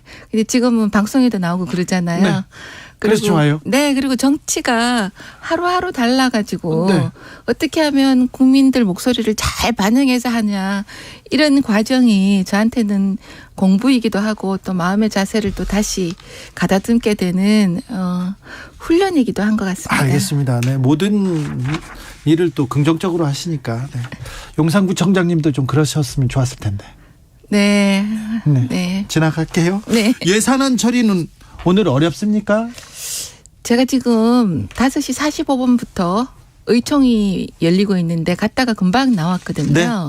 오늘 의총에서 결론 나기는 좀 어려울 것 같습니다. 김진표 의장의 중재안 민주당은 수용했습니다. 국민의힘은 좀 그런데 네. 의장님의 중재안이 법인세 25%에서 1% 낮추는 거거든요. 예. 그래서 주호영 원내대표가 1% 낮추는 게 언발에 오줌 누는 거 아니냐 이렇게 얘기하셨거든요. 네. 법인세를 25%에서 22%까지 나누고 국민의힘은 네. 3% 내리자 이렇게 내리고 얘기하죠. 네. 또 김진표 의장의 중재안이 네. 2년간 유예하자. 예. 그 중재안도 민주당 걷어찼거든요.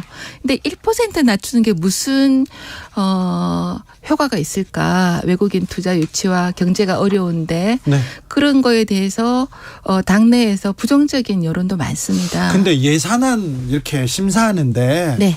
법인세, 종부세 이렇게 조금 있는 사람들 관련된 세금 가지고 얘기하니까 서민들은 좀 안 살피고 정치인들이 부자만 살피는 거 아니냐 이렇게 생각하던데. 그게 정말 오해십니다. 오해요? 뭐가 네, 오해입니까? 네. 지금 이제 예산 부수 법안이거든요. 네. 법인세라는 게요. 근데 법인세가 만약 법인세를 대기업 지금 외국과 우리는 경제 전쟁을 하고 있잖아요. 네. 그래서 외국에 나가서 돈 벌어오는 기업들이 100대 기업이죠. 그리고 그 100대 기업이 법인세로 이익을 가져오면 재벌이나 그 회장에게 가는 건 10%밖에 안 되고 대부분은 개미 투자자나 연금 투자자들한테 돌아가는 겁니다. 그렇기 때문에 초부자 감세라는 것은 민주당이 만든 언어의 프레임이다. 지금처럼 경제가 어려울 때는 빨리 돌아가게 해줘야지. 빨리 돌아가게 해줘야 된다. 기업들이 돈을 많이 벌면 이게 서민한테 간다. 이게 낙수 효과인데 이게 효과가 없다는 거 이명박 정부 때 그랬잖아요. 그거는 분석하는 사람마다 다릅니다. 그 윤석열 정부를 좀 믿어주세요. 믿어달라고. 네, 그리고 윤석열 정부의 정체성이 소득 주도 성장이 아니고 네. 민간 주도 성장이잖아요. 그것을 하겠다는데. 네. 그리고 지금 이때까지는 문재인 정부에서 편성한 예산 가지고 이때까지 왔는데 모처럼 말해 내년 1년 동안 윤석열 정부의 철학이 담긴 예산으로 하겠다. 그런데 그거를 다수 의석을 갖고 있다가 끝까지 이렇게 붙잡고 지금 예산안이 전국회 내에 통과되지 못한 것이 처음이지 않습니까? 선진화법 이후로. 네. 그래서 지금 입장에서는 법인세 1% 인하와 또 다른 부수 법안까지 합의하려면 조금 시간이 걸릴 것 같습니다. 알겠습니다. 속보 네. 말씀드립니다. 파주 아파트 공사장에서 중독사고로 21명 부상입니다. 일산화탄소 중독으로 4명은 중상을 입었고요. 17명은 경상을 입어서 현장에서 응급처치를 받고 있습니다. 자세한 내용은 뉴스가 들어오는 대로 또 말씀드리겠습니다. 그런데 예산안도 문제인데 국정조사도 문제인데요. 국정조사 하는 겁니까? 예산안이 통과되면 바로 하게 될 것 같습니다. 왜 예산안하고 국정조사하고 이렇게 맞물려 가는 거죠? 합의사항입니다. 합의사항이에요? 네. 김진표 의장 주재로 여야 원내대표가 예산안이 통과된 이후에 국정조사를 본격적으로 한다. 이런 게 합의를 하고 사인을 했는데 네. 그 합의를 완전히 헌신짝 버리듯이 버리고 바로 뒤통수 친 민주당이에요. 민주당이 그랬습니까? 네. 그래서 민주당이 못하게 합니까? 민주당이 그러니까 합의를 못하게 하니까 네. 예산안 합의가 되면 저희 국조위원들도 원내대표랑 상의해서 네.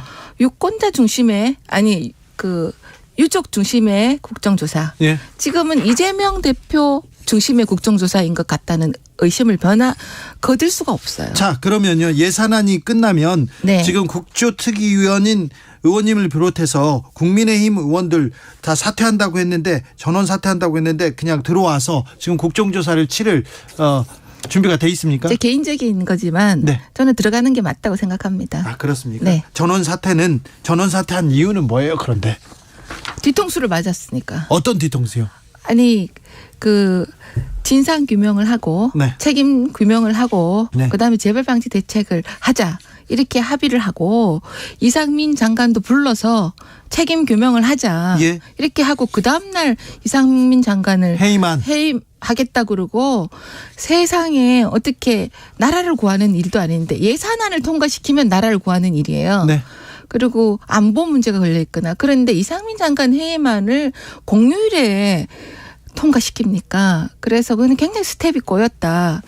민주당은 제가 언젠가 더불어 해임당이라고 제가 얘기한 적이 있는데요. 윤석열 정부 출범한 지 한 달 좀 지나서 대통령 탄핵 얘기하더니 2달 돼서 이상민 장관 해임, 또 8월에는 한동훈 장관 해임, 9월에는 박진 장관 해임 의결하고 이제 12월에는 국정조사 합의하기 전에 해임안을 들고 나서 했으면 몰라요. 약속하고서는 약속을 확 뒤집어 버리니까 이거는 진정성 있는 국조 합의가 아니다. 정치적 쟁점을 만들기 위한 합의 아니냐. 이렇게 해서 저희들이 그 속내를 의심하게 된 거죠. 대통령실에서는 사실상 거부 입장을 밝혔는데 적절하다고 보시는 건가요? 네. 국회에서 이렇게 통과되더라도?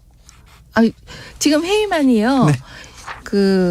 이때까지 87년도 헌정 체제가 수립되고 나서 6번 장관 국무위원 회의만인데 이재명 대표 당대표 된 지 100일 안 됐는데 회의만이 2건이거든요. 네. 그러니까 회의만을 조자료 헝가스도 있으면 안 된다. 알겠습니다. 네, 민주당에서는 이상민 장관 해임해야 된다. 이거는 국조 합의 전부터 이태원 참사 이후에 바로 주장했던 사안이다, 이렇게 국조와 상관없다 이렇게 얘기하는데. 그러니까 그게 말장난인 거죠. 아니 걸핏하면 이상민 장관 해임하라. 지난 8월부터 그랬지 않습니까? 자, 알겠습니다. 네. 아무튼 그 예산안 통과되면 국조특위에 돌아가는 게 맞다, 이렇게 저 개인 생각입니다. 조은희 원내 부대표께서는 그렇게 얘기합니다. 가서 유가족 중심의 국조를 하는 게 맞다. 네. 근데 왜 국민의힘에서는 유가족 참여를 이렇게 원치 않고 있습니까? 반대합니까? 그 유가족 참여라는 게요. 네. 좀 구분하는 게 필요합니다. 네. 유가족을 이 민주당 중심의 국조에서 반쪽짜리로 해서 유가족을 만났지 않습니까? 저희와 협의하지 않고. 국민의힘에서 안 갔으니까 아니 그걸 민주당만 협의하지 않는 겁니다. 협의하지 않았다고요? 네. 그래서 일방적으로 했는데 그게 국정조사가 정상화되면 유가족과 만나고 유가족의 아픔을 듣고 이런 거 충분히 할 수 있다고 생각해요. 해야죠. 그런데 지금 섞으면 안 돼요. 섞으면 기관 증인 청문회 할 때요. 네. 책임 규명을 해야 되고 진상 규명을 해야 되는데 거기에 유가족을 같이 부르면 너무 감정적으로 국조가 흐르기 때문에 이 제대로 된 진상 규명이 어렵다. 그래서 투 트랙으로 가는 것이 맞다, 이렇게 생각합니다. 국정조사를 하든 안 하든 유가족의 목소리는 들어야 되는 거 아닙니까? 맞습니다. 정치인들 들어야 되는 거 아닙니까? 네. 근데 왜 국민의힘은 안 듣는 거예요? 들을 겁니다. 들을 겁니까? 네. 애초에 국정조사 합의 말았어야 한다. 장제원 의원은 그렇게 주장하던데. 민주당에 대한 불신이 너무 심한 거예요. 민주당 때문에 그래요? 네, 아니 국정조사 합의해서 가려고 그러는데 바로 개문발차 하기도 전에 뒷다리 탁 잡으니까 그거 봐, 민주당 믿으면 안 돼. 민주당은 이렇게 합의하면 그다음에 바로 뒤집잖아. 이렇게 그런 불신이 우리 당에 많다는 말씀입니다. 그렇습니까? 네. 그런데요, 유가족을 향해서 국민의힘에서 지금 막말 이런 얘기 나옵니다. 권성동 의원도 뭐 세월호 정쟁처럼 소비되다 횡령수단으로 악용될 가능성이 있다. 창원시 의원은 차마 입에 담을 수조차 없는 수위의 말을 하는데 이런 얘기는 어떻게 들으셨어요? 일단 창원시 의원은요, 저는 제 길을 의심했습니다. 네. 어떻게 시의원이 그런 말씀을 하시지? 그리고 그게 우리 당 시의원이라는 뜻세가 너무 유가족과 국민께 죄송하고 제가 참 부끄러웠습니다. 네. 그래서 경남도 윤리위에서 징계를 한다는데 제가 징계하는 책임자면 앞으로 시의원을 못하도록 해야 된다 생각합니다. 알겠습니다. 권성동 의원은요? 권성동 의원은 유가족들한테 말씀하신 게 아니에요. 그러면?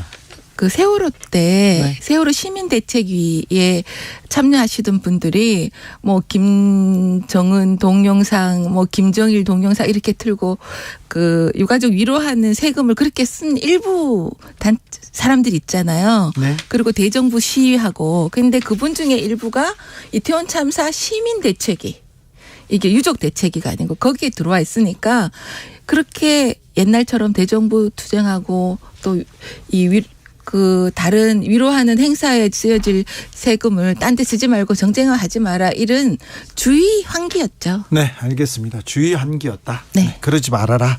네. 그렇게 안 들리던데 너무 모욕적으로 들리던데 그런 사람들도 있습니다. 현안에 대해서도 좀 여쭤볼게요. 네. 지금 국민의힘은 전당대회 시기가 빨라졌어요. 뭐 얼마 남지 않았기 때문에 당권 주자들 발걸음 이렇게 계속 이목 집중됩니다. 그래서 이렇게 룰이 이렇게 먼저 바뀔 것 같습니다. 오늘 3시에 저는 지역구 행사 때문에 참여를 못했습니다만 초선 의원들 의견을 수렴하는 회의가 있었고요. 네. 뭐 재선 의원 이렇게 당내 의견을 수렴하는 것 같은데 정진석 비대위원장이 말씀하신 것처럼 일반 반장 뽑는데 3반 애들이 왜 와서 방해하느냐. 네. 그게 뭐냐는 역선택을 방지하자. 네. 지금 이준석 전 대표를 뽑을 때 우리 당원이 25만이었는데 지금은 100만 당원이거든요. 네. 그래서 당원의 뜻대로 하자. 네. 이런 취지에 대부분 공감하는 것 같아요. 초선 의원들도 이 당 경선을 바꿔야 된다. 당심으로 뽑아야 된다. 이렇게. 제가 그렇게 들었습니다. 네. 당원 100% 이런 얘기로 뽑아야 된다 이런 얘기를 윤석열 대통령도 했다고 하고 저는 전혀 들은 적이 없고요. 예. 대통령이 직접 그래 말씀하신지 제가 확인이 안 됩니다. 그렇습니까? 네. 그런 보도가 나왔습니다. 이거 당 룰 이렇게 개정하는 거 유승민 전 의원 막으려고 이렇게 하는 거 아니냐 이런 지적도 있어요. 개정하든 안 하든 네. 유승민 전 의원은 네. 지난번 경기도지사 때 5대5였거든요. 네. 당원 대 5, 여론조사 5. 그때도 졌지 않습니까? 그러니까 그거는 너무 자기 중심식으로 말씀하시는 거 아닌가. 아, 그래요? 네. 그리고 실제로 유승민 전 의원께서 네. 우리 당에서 그렇게 쓴소리 하시는 거는 감사한데 네. 너무 멀리 너무 멀리 가셨어요? 너무 멀리 갔다 당대표가 되시기에는 그런 당원들이 여론이 많다고 저는 알고 있습니다. 그래요? 그러면요. 초선 의원들은 이렇게 또 조은희 의원님께서는 수도권 MZ세대를 대표하는 후보 그리고 이 총선에서 승리할 수 있는 후보로 누구누구 이름 많이 이렇게 거론합니까? 그건 비밀이에요. 네. 아니 근데 조은희도 나옵니까? 조은희는 절대 안 나오고요. 그래요? 네, 그러니까는 이 정진석 위원장이나 주호영 원내대표가 네. 수도권에서 지지를 받을 수 있고 우리 당의 지지도가 비교적 견고하지 않다고 생각하는 MZ세대에 박수를 받는 후보가 나오는 것이 전체적인 국민 민심에 맞지 않냐 이렇게 하는 게 너무 당연한 말씀인 것 같아요. 자, 장제원 의원 가운데 두고 김기현은 김장연대, 권성동은 권장연대 얘기하는데 어떤 연대가 조금 이렇게 사람들의 관심을 가져요? 국민의힘에서? 저는 연대가 별 소용이 없다고 생각합니다. 왜냐하면 본인 실력으로 네. 그리고 본인 익명가대로 해야지 누구가 연대 한다고 그거는 조금 인위적인 것 같고요. 의원님 근데 윤핵관으로 불리는 사람들 네. 여론조사해 보면 그닥 이렇게 많은 지지를 당에서도 받지 못하는 것 같은데 그건 왜 그럴까요? 왜냐하면은 본인이 쓴소리가 아니고 국민들한테 인기가 없는 소리라도 네. 전체를 위해서 마다 않고 해야 되니까 비호감인 말도 해야 되는 거죠. 아, 그래서 그러니까 어떻게 보면 자기 희생적인 게 있다고 하나? 윤핵관들이요? 왜? 이건 또 새로운 학설이네요. 네. 그러니까 다 국민들이 좋아하는 말씀 하고 싶죠. 아하. 그러니까 네. 국민들의 귀에 거슬리는 말도 할 때도 있고 그런 네. 것을 하는 것이 좀 자기를 버리는 일이잖아요. 아, 그렇습니까? 네. 윤핵관들이 지금 자기를 내려놓고 버리고 있어가지고 지금 뭐 그렇게 딱 손가락질. 하시면 네. 제가 또 나중에 어찌면 그런 알겠습니다. 측면도 있다는 말씀입니다. 윤핵관은 이렇게 다 모이겠죠? 단일화하겠죠? 그건 제가 알 수 없습니다. 알겠습니다. 네. 그런데요. 네. 윤핵관의 쓴소리라 대통령 윤석열 대통령 지금 잘하고 있습니까? 오늘 그 국정과제 보고회 하셨는데요. 네. 어떻게 저는 보셨어요? 이런 것을 많이 하셔야 된다고 생각해요. 네네. 우리 국민들이 윤석열 정부가 추구하는 게 뭔가 네. 대통령 생각은 뭔가를 일단 들어야 되고요. 네. 그리고 국민들이 거기에 대해서 반응을 해야 되고 그 네. 반응에 따라서 대통령 생각이 또 바뀔 수도 있죠. 네. 그게 상호 소통이잖아요. 그렇죠. 그러니까 이런 것은 좀 자주 하시는 게 좋겠다. 알겠습니다. 오늘 잘하셨다 이런 말씀 드리고요. 네. 또 장소가 네. 청와대 영빈관이었던 더 좋은 것 같습니다. 그래서 잘하고 계시다는 건가요? 윤석열 대통령? 더 잘하실 거다. 더 잘하실 거다. 앞으로 잘하실 거다. 그죠? 지금 국민들의 지지율 이렇게 추이를 이렇게 보면 잘한다보다 잘못한다가 훨씬 좀 이렇게 잘한다 이렇게 하는 사람 별로 없는 것 같아요. 첫 술에 배부르면요 안 돼요. 첫 술에 배부르면요? 네. 그러니까 차근차근 가야죠. 30% 근데 네, 하다가 그 30% 밑으로 갈 뻔하다가 지금 차근차근 올라오고 있고. 첫 술에 너무 배가 고파요. 조금 이따가 밥 많이 드리겠습니다. 근데 좀 잘 할 수 있을까 이렇게 좀 걱정하는 사람들이 믿어주세요. 있어요. 네? 그리고 기회를 주시고요. 그리고 야당께도 네. 윤석열 대통령이 일할 수 있는 기회를 주라고 앵커님도 국민들도 좀 말씀해 주셨으면 좋겠어요. 그렇습니까? 한동훈 법무부 장관 얘기는 어떻게 나옵니까? 당내에서는 한동훈 장관 잘하고 있다. 네. 지금 한동훈 장관이 정치를 할 거다 말 거다 하는 거는 잘하고 있는 한동훈 장관을 흔드는 거다 이렇게 생각합니다. 그래요? 네. 잘하고 있어서? 제가 보니까요. 예. 일단 대정부 질문할 때 답변을 너무 잘하고요. 네. 딱 부러지게 하고 또 우리 주변에 아이 키우는 부모님들이 자식을 한동훈처럼 키웠으면 좋겠다 이렇게 얘기하시는 분도 많아요. 그래요? 오죽하면 한동훈 의혹이 돌아다니겠습니까? 책이 나와서. 예의 범절은 많이 떨어진다 그런 사람도 또 있는데요. 예의범절은 필요하니까 그렇게 했겠죠. 따로 만나면 예의범절이 있겠죠. 아 그렇습니까? 네. 알겠습니다. 네. 또 국주가 어떻게 돌아가느냐에 따라서 어떻게 출범하면 다시 모셔가지고 얘기 듣겠습니다. 네네. 네. 그때는 또 어떤 얘기를 하실지 또 궁금합니다. 국조특위위원입니다. 국민의힘 조은희 원내부대표 이야기였습니다. 감사합니다. 네. 돌아가실 때 눈길 조심하세요. 이 구청장 출신 의원이니까 역시 용산구청장도 좀 잘해주셨어야 되는데. 아유, 그 얘기는 조금. 네. 네. 감사합니다. 네. 정치 피로, 사건 사고로 인한 피로, 고달픈 일상에서 오는 피로. 오늘 시사하셨습니까? 경험해보세요. 들은 날과 안 들은 날의 차이. 여러분의 피로를 날려줄 저녁 한 끼 시사. 추진우 라이브.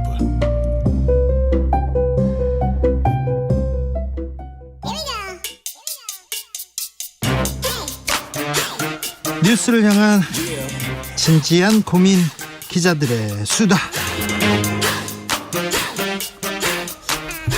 라이브 기자실을 찾은 오늘의 기자는 한결의 오연서 기자입니다. 어서 오세요. 안녕하세요. 네, 오늘은 어떤 이야기로 가볼까요? 오늘 좀 중요한 대법원 판결이 하나 나왔는데요. 네? 윤석열 대통령 장모의 요양급여 부정수급 혐의가 무죄가 확정이 됐습니다. 그거 1심에서 구속됐던 사안인데. 네. 수사를 안 하고 있다가 2020년에 민주당 고발로 뒤늦게 수사를 시작했는데 1심에서는 말씀하신 듯이 법정 구속도 되고 그랬는데 2, 3심에서는 다 무죄를 선고해서 1심과 2, 3심 판결이 너무 다른 판결이다 이런 이제 해석이 많이 나왔거든요. 왜 이렇게 판단이 엇갈린 겁니까? 중요한 증거로 하나 등장했던 책임 면제 각서에 대해서 1심의 판결과 2, 3심의 해석이 좀 다르더라고요. 네. 1심에서는 이 각서가 이제 최 씨가 병원 경영에 전혀 관여하지 않았고 최 씨에게 민형사적 책임을 묻지 않는다 이런 내용의 각서인데 1심에서는 최 씨가 오히려 이제 범행에 관여를 했기 때문에 이런 각서를 굳이 쓴 거다 이렇게 봤고 그렇죠. 2심에서는 오히려 동업자가 자금 편취하는 거를 최 씨가 보고 이거 법적 책임을 지게 될까 봐 우려해서 그래서 요구한 각서라고 해석을 아예 정반대로 했더라고요. 네. 그러면 지금 윤 대통령 장모 관련된 수사나 재판은 끝난 겁니까 다? 몇 개가 더 남았습니다. 그 2013년에 경기 성남시 땅을 매입하는 과정에서 잔고증명서 얘기가 많이 나왔었죠. 네. 이거 위조한 혐의로 지금 소송이 진행이 되고 있는데 이거는 관련해서 또 민사소송도 따로 제기가 돼서 이 건에 대해서 한 몇 개 재판이 더 남아 있고요. 네, 또 여기 잔고증명 같이 한 사람들은 처벌 받았어요. 네, 그랬었죠. 그리고 네. 김건희 여사의 그 도이치모터스 주가 조작 사건 연루 의혹 이것도 아직 검찰 처분도 안 내려진 상태여서 이 재판도 좀 길게 갈 것 같습니다. 윤석열 대통령 주변 수사는 좀 더디 간다 이런 얘기가 계속 나옵니다. 그렇기도 합니다. 아무튼 윤석열 대통령 장모 재판에서 무죄를 받았다는 얘기 이렇게 드립니다. 다음 뉴스는요? 네, 오늘 윤석열 대통령이 좀 특별한 라이브 방송을 했는데요. 네. 국정과제 점검회의 한 150 6분가량 진행된 이 국정과제 이제 발표 방송을 했습니다. 어떤 내용이 있었어요? 네, 가장 이제 세 가지로 나눠보면 경제 민생, 또 노동연금 교육 개혁, 지방시대 비전 이렇게 세 가지 주제로 발표를 했는데 최근에 그 화물연대 파업도 있다 보니까 노동개혁에 대한 의지를 굉장히 강하게 표출을 했습니다. 이 노동조합과의 관계를 안정적으로 노사 관계를 또 안정적으로 가지고 가기 위해서는 법치주의가 확립돼야 된다라고 하면서 기존의 그 엄단 기조를 굉장히 강조했고요. 네. 뭐 교육개혁에 대한 의지도 밝혔고 연금개혁 같은 경우에도 좀 장기적으로 가져가야 될 개혁이다 보니까 완성판이 나올 수 있는 체계적 연구와 공론화를 충분히 마무리하겠다 이렇게 의지를 밝혔습니다. 근데 질의응답할 때 네. 100명 이렇게 무작위로 시민들 뽑았다고 했지 않습니까? 네. 국민 패널. 네. 이렇게 모였는데 질문도 그렇게 그냥 자유 주제로 이렇게 아무 질문이나 했어요? 뭐 기본적으로 방금 말씀드렸던 이 세 가지 주제에 좀 한정이 돼서 진행이 됐던 것 같고요. 그리고 뭐 일례로 뭐 90대 노모를 모시는 뭐 한 이제 시민분이 나와서 이제 복지에 대해서 또 물어보고 이런 식으로 좀 그 주제와 관련된 시민들이 관련된 질문을 하는 그런 식으로 진행이 됐습니다. 알겠습니다. 주제를 이렇게 정해놨으면 어떤 내용을 묻겠다 이렇게 물어봤겠군요. 네, 그렇습니다. 네. 어떻게 보셨어요? 오늘 좀 기존에 이제 계획했던 시간보다 좀 더 길게 해서 굉장히 좀 대통령의 의지를 가지고 국정과제를 좀 보여주려고 했다는 걸 좀 대통령실에서 많이 강조를 했는데요. 생각보다 말씀하셨듯이 좀 기존에 정해진 틀 안에서만 질문들이 나와서 좀 너무 정해진 대로만 한 거 아니냐 뭐 이런 얘기들도 기자들 사이에서는 좀 나왔습니다. 네. 기존에 했던 얘기들이 좀 반복된 것도 있고요. 네. 그랬습니다. 다음 뉴스로 가볼까요? 네, 매주 예산안에 관한 얘기를 하고 있는데 지금 저희가 몇 주째 지금 예산안 얘기를 하고 있는데 이 줄다리기 언제 끝날지 오늘은 끝내겠지 했는데 아직도 뭐 네. 앞이 보이지 않습니다. 맞습니다. 김진표 국회의장이 최후 통첩으로 발표한 날짜가 15일 오늘이었는데 오늘도 결국 합의에 이르지 못하고 사실 오늘 오전까지만 해도 그러면 내일 이 합의가 이루어지지 않겠나라는 생각이 들었는데 방금 전에 이제 주호영 원내대표가 협상이 더 필요하다고 발표를 하면서 다음 주까지로 미뤄지게 됐습니다. 국민의힘에서 오늘 의원총회를 했는데 네. 받아들일 수 없다 이런 얘기가 좀 많이 나왔나 봐요. 아까 조은희 원내 부대표인데 네. 좀 어려울 것 같다 이렇게 얘기하더라고요. 그런데 네. 김진표 국회의장 어떤 중재안을 낸 겁니까? 이게 여야가 가장 첨예하게 대립했던 법인세 최고세율 인하 문제에 대해서 또다시 중재안을 낸 건데요. 네. 2%포인트 낮추자 이렇게 하자는 게 이제 정부 아니었는데 그걸 못 받아들이겠다고 하니 단 1%포인트라도 낮춰서 좀 투자를 가속화할 수 있도록 하자 이렇게 중재안을 낸 게 요지입니다. 국민의힘은 3% 내리자고 얘기했고요. 그런데 민주당에서는 김진표 의장의 중재안 받겠다 이렇게 얘기했어요? 네, 민주당은 어쨌든 고육지책으로 이거를 좀 받아들여서 우리 빨리 예산안 처리해야 되지 않겠느냐 이렇게 이재명 대표가 발표를 했고요. 그래서 이제 국민의힘의 수용 여부에 따라서 오늘 합의가 되느냐 마느냐가 결정이 되는 거였는데 주호영 원내대표는 사실 이 법인세 최고세율 문제뿐만이 아니라 여러 가지 쟁점한 6, 7가지가 더 있다라고 하면서 수용 여부도 보류하고 우리가 협상도 더 해나가겠다 이렇게 최종적으로 밝혔습니다. 네. 예산안 처리 안 되면 어떻게 되나요? 와, 이제 진짜 거의 이제 마지노선이 이제 준예산 사태로까지 가는 거 아니냐라는 얘기가 오늘도 또 나오기 시작을 했는데요. 그냥 그렇게 갈 거예요. 그 가능성 이제 하나가 있고 그리고 이제 민주당이 최근에 만들었던 그 단독으로 감액 내용만 담은 그 수정안 있잖아요.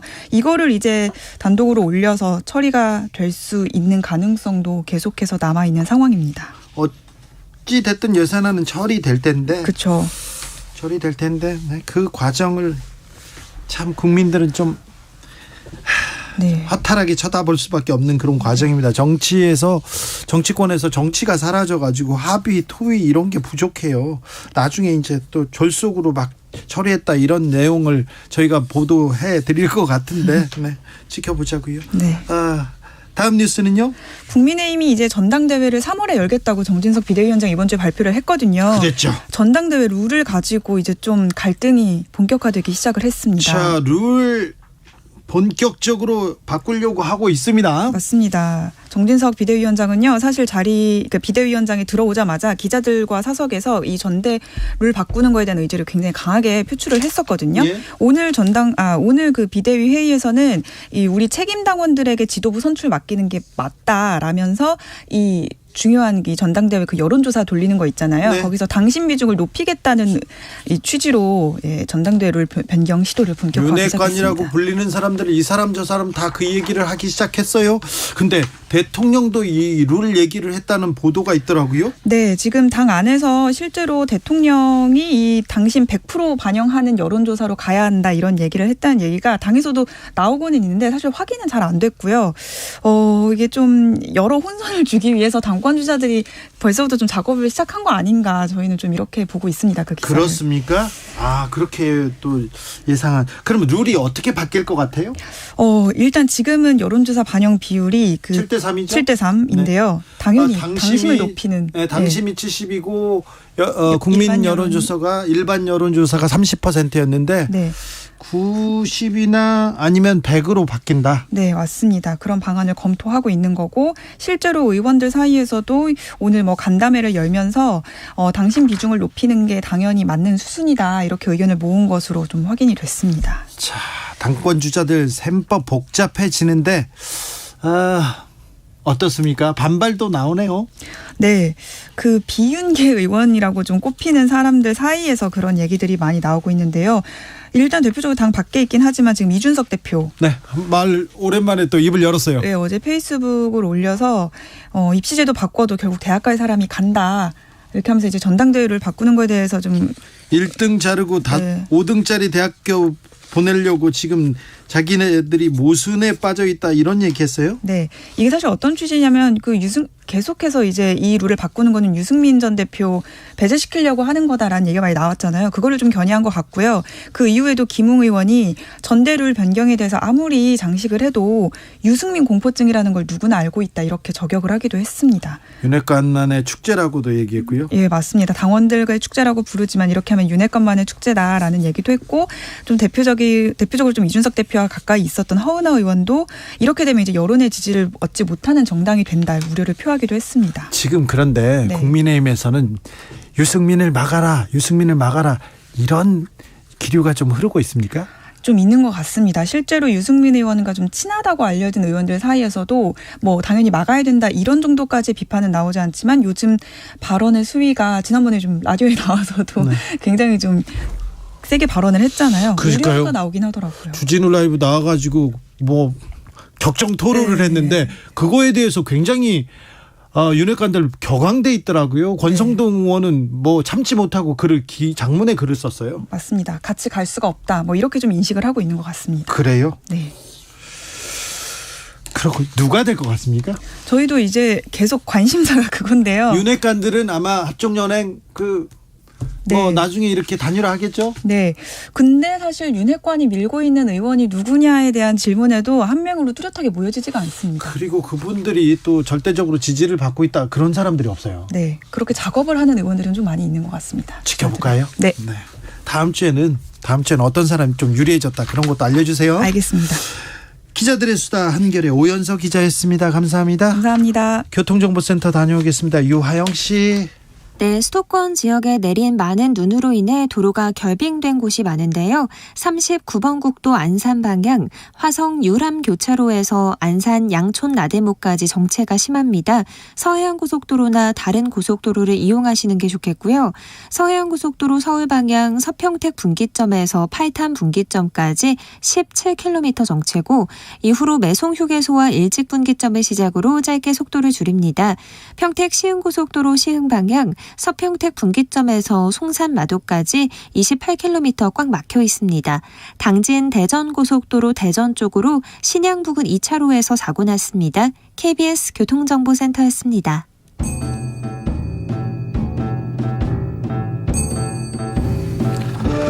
태초에 철학이 있었다. 하늘과 땅 사이 세상의 모든 질문 이제 철학으로 풀어보겠습니다.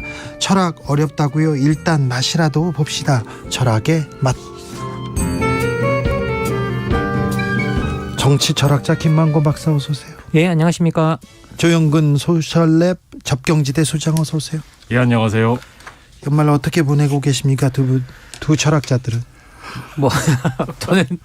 저는 이렇게 연구 프로젝트 정리한다고 너무 정신이 없습니다. 네, 역시. 조영근 소장님은요? 우리 김만권 선생님은 최근에 상 하나 받으신 걸로 알고 있고요. 네. 예, 축하합니다. 조영근 소장께서는 책을 내셨습니다. 키워드로 읽는 불평등 사회. 훌륭하십니다. 네. 훌륭하세요. 네, 고맙습니다. 네. 존경하는 두 분과 이렇게 또 철학의 맛 시작합니다. 내일이 12구 참사 희생자들의 49제입니다. 그런데 추모하고 위로하지는 못할 망정 이분들을 혐오하고 비난하는 이런 얘기를 하는 걸 어떻게 받아들여야 됩니까? 박사님. 이게 뭐 이번에 이제 그 한 자치단체 의원이 또 이제 12구 참사 관련해서 이제 막말을 쏟아내서 파문이 또 일었었는데요. 네. 뭐 이게 그 들여다 보니까 뭐 이분 같은 경우에는 혐오 발언 그리고 편가르기 전문 뭐 발언 전문가처럼 이렇게 그 늘 뭐 그렇게 지내셨던 분 같은데요. 네. 근데 이제 뭐 요 발언들을 들여다보면 평소 때도 뭐 상대방 정치인들한테 이것들 저것들이란 말을 그냥 예사로 쓰시고 뭐 그런 걸 여러 번 봤는데 일단 품격 격이 안 너무 좀 또 떨어진 것 같아요. 그래서 이 지역구 국민들께서 이분 좀 잘 봐주셨으면 좋겠고요.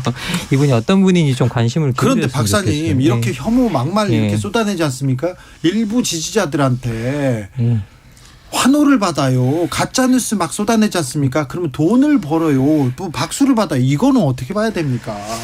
뭐 지금 현재 우리 특히 인터넷 문화가 발달하면서 인터넷에서는 갈등이 되는 정보들 그리고 갈등을 유발하는 정보일수록 클릭수가 높아지고요. 가짜 뉴스는 또 빨리 퍼집니다. 그리고 이제 뭐 그러다 보니까 이게 상업성하고 결합하면서 이게 정치가 상품화되고 그리고 정치를 상품화시키는 사람들이 자기 이익화시키기 위해서 정치를 갈등을 조장하는 경우도 많고요.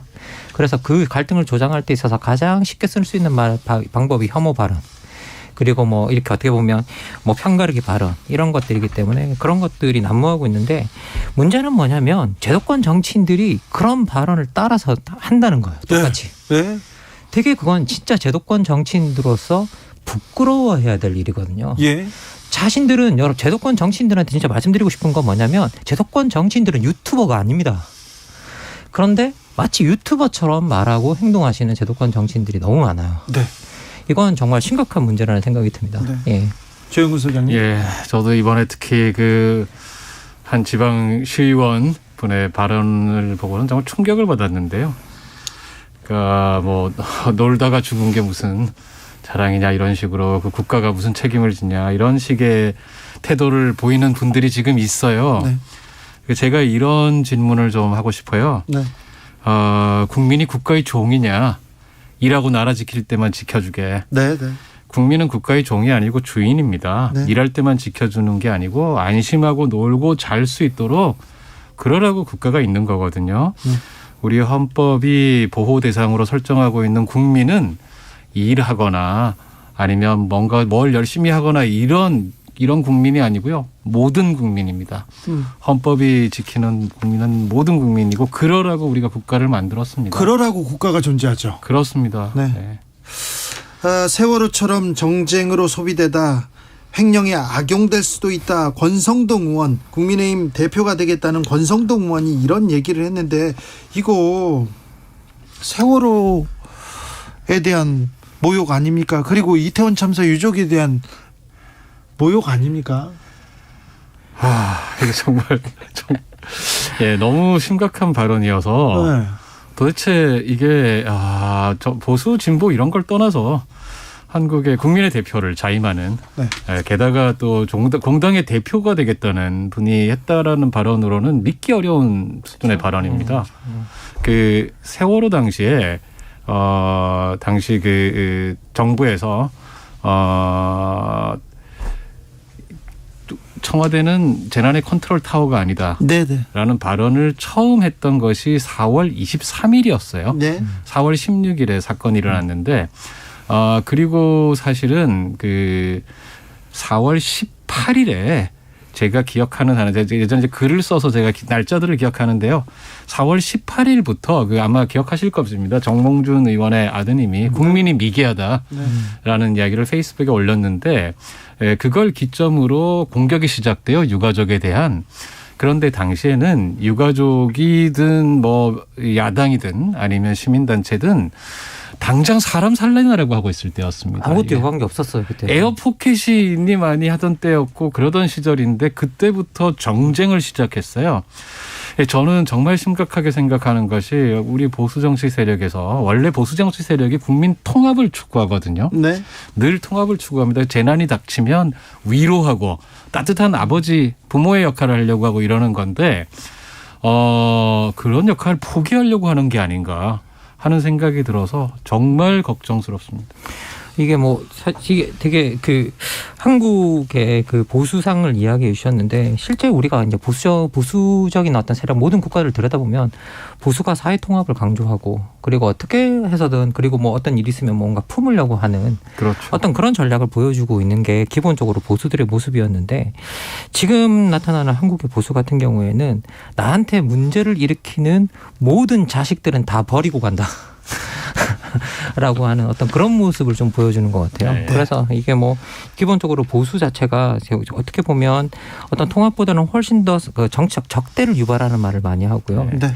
그리고 정치인들이 그런 정치적 적대를 유발하는 수사를 쓰는 걸 두려워하지도 않고 주저하지도 않고 그리고 그런 수사를 쓰고 난 다음에 여론적 비판을 맞아도 이번에 김민하 의원도 얼마나 뻔뻔하게 대응합니까? 우리가 그런 걸 들여다봐도 거기에 대해서 꿈쩍도 하지 않아요. 오히려 또 꿈쩍도 하지 않아요. 이제는 혐오 발언이 너무 제도권 정치에서 일상화돼서 네. 이거에 대해서 부끄러워하지도 않고 비판에 대해서도 그걸 어쩌라고라는 그런 태도를 보이고 있는 상황까지 갔는데요. 지금 현재 이게 우리가 맨날 정치의 격이라는 걸 따지고 국격이라는 걸 따지지 않습니까? 그런 격이라는 말을 입에 올리기에는 지금 정치가 너무 격이 떨어져 있다. 네. 라고 말씀드릴 수 있을 것 같아요. 격도 떨어졌고 너무 양극화 진영 논리에 함몰돼 있어가지고 혐오 막말 비난을 하면 할수록 박수를 한쪽 진영에서 받는다는 거 이게 좀 너무 끔찍한 현실이 아닌가 이런 생각 해봅니다. 좀 격을 좀 복원해야 되는데 정치를 복원해야 되는데 이태원 참사 10대 생존자가 안타까운 선택을 했다는 소식이 전해졌습니다. 방치된 버려진 생존자들 유가족들 이거 어찌할 겁니까? 애도 없는 이거 사회의 책임 아닙니까? 애도 없는 정치의 책임 아닌지 생각해 봅니다. 네. 실제로 우리가 어떤 사회적 참사가 일어나고 나면 개인적인 애도가 있고 사회적인 애도가 있을 수 있다고 생각합니다. 그런데 사회적 애도는 저는 세 가지가 필요하다고 생각해요. 첫째, 무슨 일이 일어났는지를 정확하게 밝혀야 되고 두 번째, 책임을 지워야 되고 세 번째는 그런 참사가 다시는 일어나지 않도록 재발을 방지하는 것. 전 이 세 가지 요소가 있어야 된다고 생각하는데 우리가 세월호를 가서 돌이켜보면 이 세 가지가 아무것도 이루어진 게 없습니다. 네. 진실도 안 밝혀졌고 책임을 진 사람도 없고 그리고 더 나가서 이제 사회적 참사 재발 그것도 못한 거죠. 그런데 이것들을 사회가 이런 역할을 수행하지 못하면 이 모든 일들이 누구에게로 가느냐? 유가족들이나 살아남은 자들에 갑니다. 거기서. 그러면 그 사람들이 진실도 밝혀야 되고 책임도 지어야 되고 사고 재발도 방지해야 되는 그런 역할을 해야 되는데 이게 말이 안 돼요. 아니 죽은 자식들 가슴에 묻기에도 지금 너무 버겁고 힘든데 진실을 밝히러 쫓아다녀야 돼요. 진실을 밝혀달라고 또 애원해야 됩니다. 그러게 말입니다. 지금 이렇게 너무 사실 정당하게 짝이 없는 요구 어차피 이 국가 권력이 발벗고 나서서 사실은 먼저 위로하고 날박혀야겠다라고 나서야 할 일을 유가족이 지금 이렇게 촉구하게 만든 상황 자체가 어이없는데 그 와중에 또 이제 지금 사실은 앞서 서두에 나왔던 이야기부터 시작해서 저희가 흔히 2차 가해라고 표현하는 네. 이런 공격들이 이루어지고 있잖아요. 저는 사실은 2차 가해라는 표현을 좀 저희가 수정해야 된다고 생각하는 입장입니다. 네. 2차 가해가 아니고 2차 피해라고 하는 이게 같은 말이거든요. 예. 근데 이제 2차 가해라고 하는 것은 그 피해를 가하는 입장에서 그걸 그 측면을 중심으로 본다면 사실은 그 2차 가해로 인해서 2차 피해를 입는 사람들이죠. 학계 안에서는 2차 피해라는 용어를 요즘 더 많이 쓰는 걸로 제가 알고 있는데요. 이게 이제 이미 1차적인 피해를 입은 당사자들이나 피해자 당사자나 혹은 그 가족들이 신체적이나 정서적으로 굉장히 취약한 상태에 있는 겁니다. 또 당연히 그렇지 않습니까? 근데 거기에 대해서 가해자보다는 피해자를 책망하거나 아니면 또 과도한 호기심을 보이거나 아니면 양비론 비난 거기 왜 갔냐 이런 식의 이런 게 이제 이걸 이용해서 사람도 굉장히 심한 2차 피해를 입게 됩니다. 근데 사실 우리가 왜 제가 2차 가해란 말을 좀 쓰는 걸 조심하려고 그러냐면 그 2차 가해다 이러면 당사자가 아니 내가 무슨 가해를 했다고 그러느냐 이렇게 굉장히 반발을 해요. 그러면서 이게 사실 우리가 이런 식의 태도는 저희가 얼마든지 사실은 주의하지 않으면 보일 수가 있습니다. 이걸 주의하자는 데 취지가 있고 그 근본적인 주의 취지는 이들이 피해를 입는다는 사실에 있거든요. 이번 참사로 조카를 잃은 한 외삼촌이 이런 얘기했습니다. 2차 가해도 아니고 2차 살인이다. 2번 죽이는 언행이다. 이러면서 이런 2차 살인, 2차 가해가 계속되고 있다. 왜 이렇게 피해자를 욕하고 비난하고 이런 심리는 왜 끝나지 않는가요? 이 심리는 도대체 뭡니까? 저는 이게 근본적으로 우리가 여기서 이제 이런 사고에 책임이 있는 사람, 그리고 이런 사고에 책임이 있는 사람을 지지하는 측, 이런 입장에서 보면 오히려 자신이 이렇게 문제에 대한 책임보다는 그런 사건이 일어나게 된 것에 대한 원망부터 쌓이는 것 같아요. 그리고 그런 원망의 마음들이 어떻게 보면 자기들의 권력이나 이런 것들이 위협당하는 원망의 마음들이 계속 쏟아져 나오면서 어떻게 보면 이 피해자들을 오히려 공격하는 그런 프레임으로 만들고 있는데요. 그런데 자기가 그런 책임들로부터 벗어나는 가장 좋은 방식은 뭐냐라고 하면 그 책임을 다른 데로 옮겨놓는 건데 그 다른 데로 옮겨놓는 가장 좋은 방식은 피해자에게 책임이 있다라고 말하는 게 제일 쉬운 방법이거든요. 피해자가 문제가 있는 사람이기 때문에 이렇게 된 거다. 네. 근데 생각해 보면 거기에 왜 놀러 갔냐라고 말씀하시는데 전 분명히 드리고 싶은 말씀이 여러분이 어디 가실 때 무슨 사고가 어떻게 일어날지 알고 가십니까? 그러니까요. 놀러 가는 게 뭐 잘못됐습니까? 그거 예측할 수 있는 사람이 이 지구상에 있나요? 어디 가면 무슨 사고가 일어난다는 거? 네. 근데 그런 말씀을 하시는 건 정말 이해가 안 갑니다, 저는. 네, 사실 저희가 세월호도 그렇고 이태원도 그렇고 이게 우발적인 일회적 참사냐 그게 아니다라고 보는 것이지 않습니까? 우리가 안전과 목숨을 경시하고 이윤을 앞세우는 사회에서 필연적으로 일어나는 비극이다. 그러니까 그런 세상을 바꾸자라고 하는 것이거든요. 네. 예, 대형 사고라고 하는 게 사실은 몇 년에 한 번씩 일어나기만 실은 날마다 우리가 무수한 교통사고들이 일어나고 산업재해도 일어나지 않습니까? 우리가 세월호를 기억하고 이태원 참사의 진상을 규명하려는 이유는 이 단지 두 사건만이 아니고 안전하게 살 수 있는 세상을 만들자라고 하는 것이고요. 네. 그걸 그렇게 만들려면 이걸 개인들의 책임을 물으면 안 됩니다. 네. 우리 사회가 어떻게 이걸 함께 바꿀 건가. 아니 그렇죠. 네. 잘못한 사람이 문제지 왜 피해자가 피해를 본 사람이 이거 책임을 져야 됩니까? 가해자가 있는데 책임질 사람이 있는데 왜 피해자의 문제로 이렇게 삼는지. 예전에 최진실 씨가 후배의 남편이 자살을 했어요. 그래가지고 그 상가에 가서 이 후배는 어떻게 살라고 하면서 들어가서 네. 오열을 했어요. 그렇죠. 그럴 수 있죠. 근데 그 장면을 가지고 온갖 악플이 달리는 거예요. 너무나 큰 고통이었어요. 아이고. 결국 최진실 씨가 그런 결심을 한 게 거기에서도 비롯됐습니다. 많은 부분이 제가 그 최진실 누나가 가는 길을 뒤에서 보면서 너무 안타까웠는데 그런 일들이 더 좀 나빠지고 있는 거 아닌가 이렇게 생각합니다. 그런데요, 생존자 중에 그 극단적인 선택을 한 고등학생 얘기입니다. 친구 2명을 잃었어요. 그런데 나는 혼자 남아있다. 이렇게 하고 심리치료도 받고 치료도 받았는데 결국 그런 선택을 했어요. 그런데 한덕수 국무총리 본인 생각이 좀 더 굳건하고 치료를 받겠다는 생각이 더 강했으면 좋지 않았을까 생각한다. 이렇게 말했습니다. 우리 총리께서. 총리 생각이 굳건해서 참 다행이네요. 이거 진짜 그런 황당한 발언을 총리가 할 수 있다라는 게 그런 발언을 하고도 총리라고 자기가 생각을 하고 총리 자리에서 그런 발언을 할 수 있는 어떤 그런 멘탈을 굳건하게 가지고 있는 부분이 되게 대단하다는 생각이 좀 듭니다. 어떻게 이런 말을 해요? 그러게요. 지난번 기자회견 때 농담부터 시작해서 일국의 총리라고 믿기 어려운 발언이 이어지고 있어서요.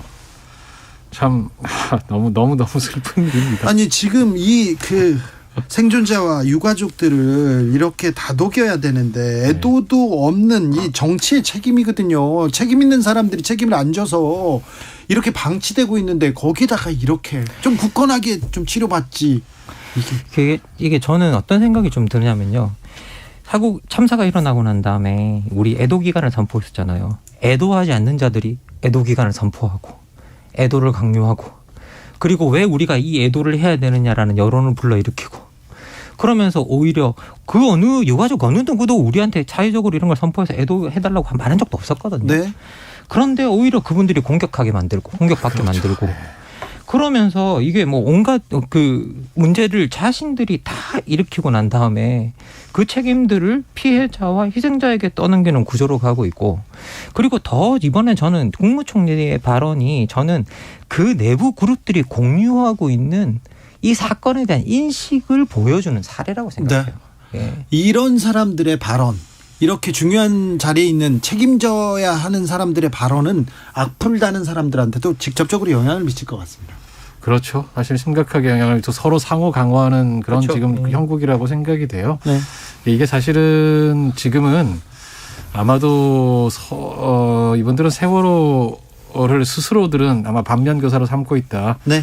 이렇게 생각을 하고 있는 것 같아요. 그래서 세월호 때 국가가 부재했던 것, 정부가 유가족을 달래지 못하고 오히려 그들을 어렵게 만들었던 것, 이런 것들에 대해서 반성하는 게 아니고 오히려 반성을 해도 엉뚱한 방향으로 지금 하고 있어요. 그래서 초장에 확실하게 더 잡겠다라는 식으로 나오는 것 같은데 제가 아까도 말씀드렸지만 보수는 이러면 안 됩니다. 정말로.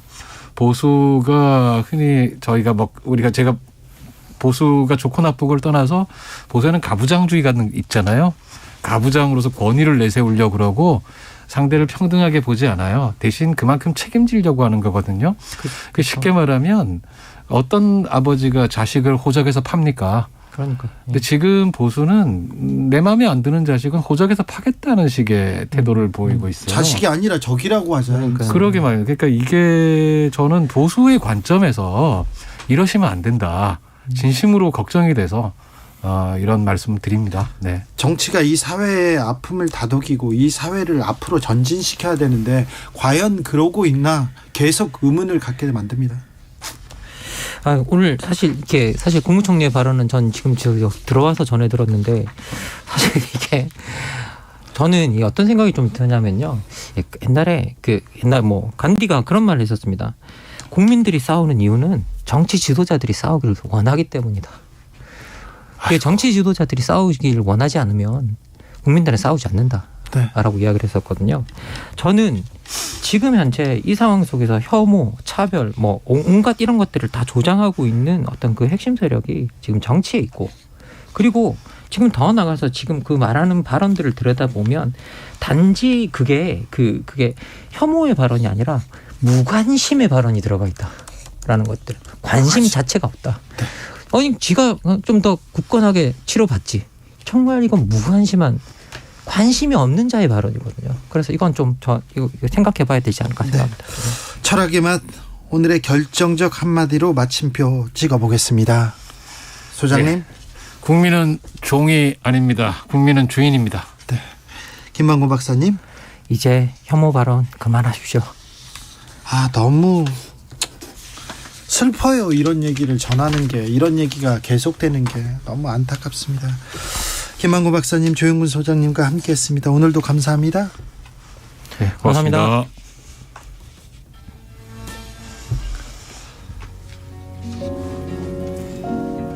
루시드 폴의 아직 있다로 주진우 라이브 마치겠습니다. 세월호 참사를 바탕으로 한 곡인데요.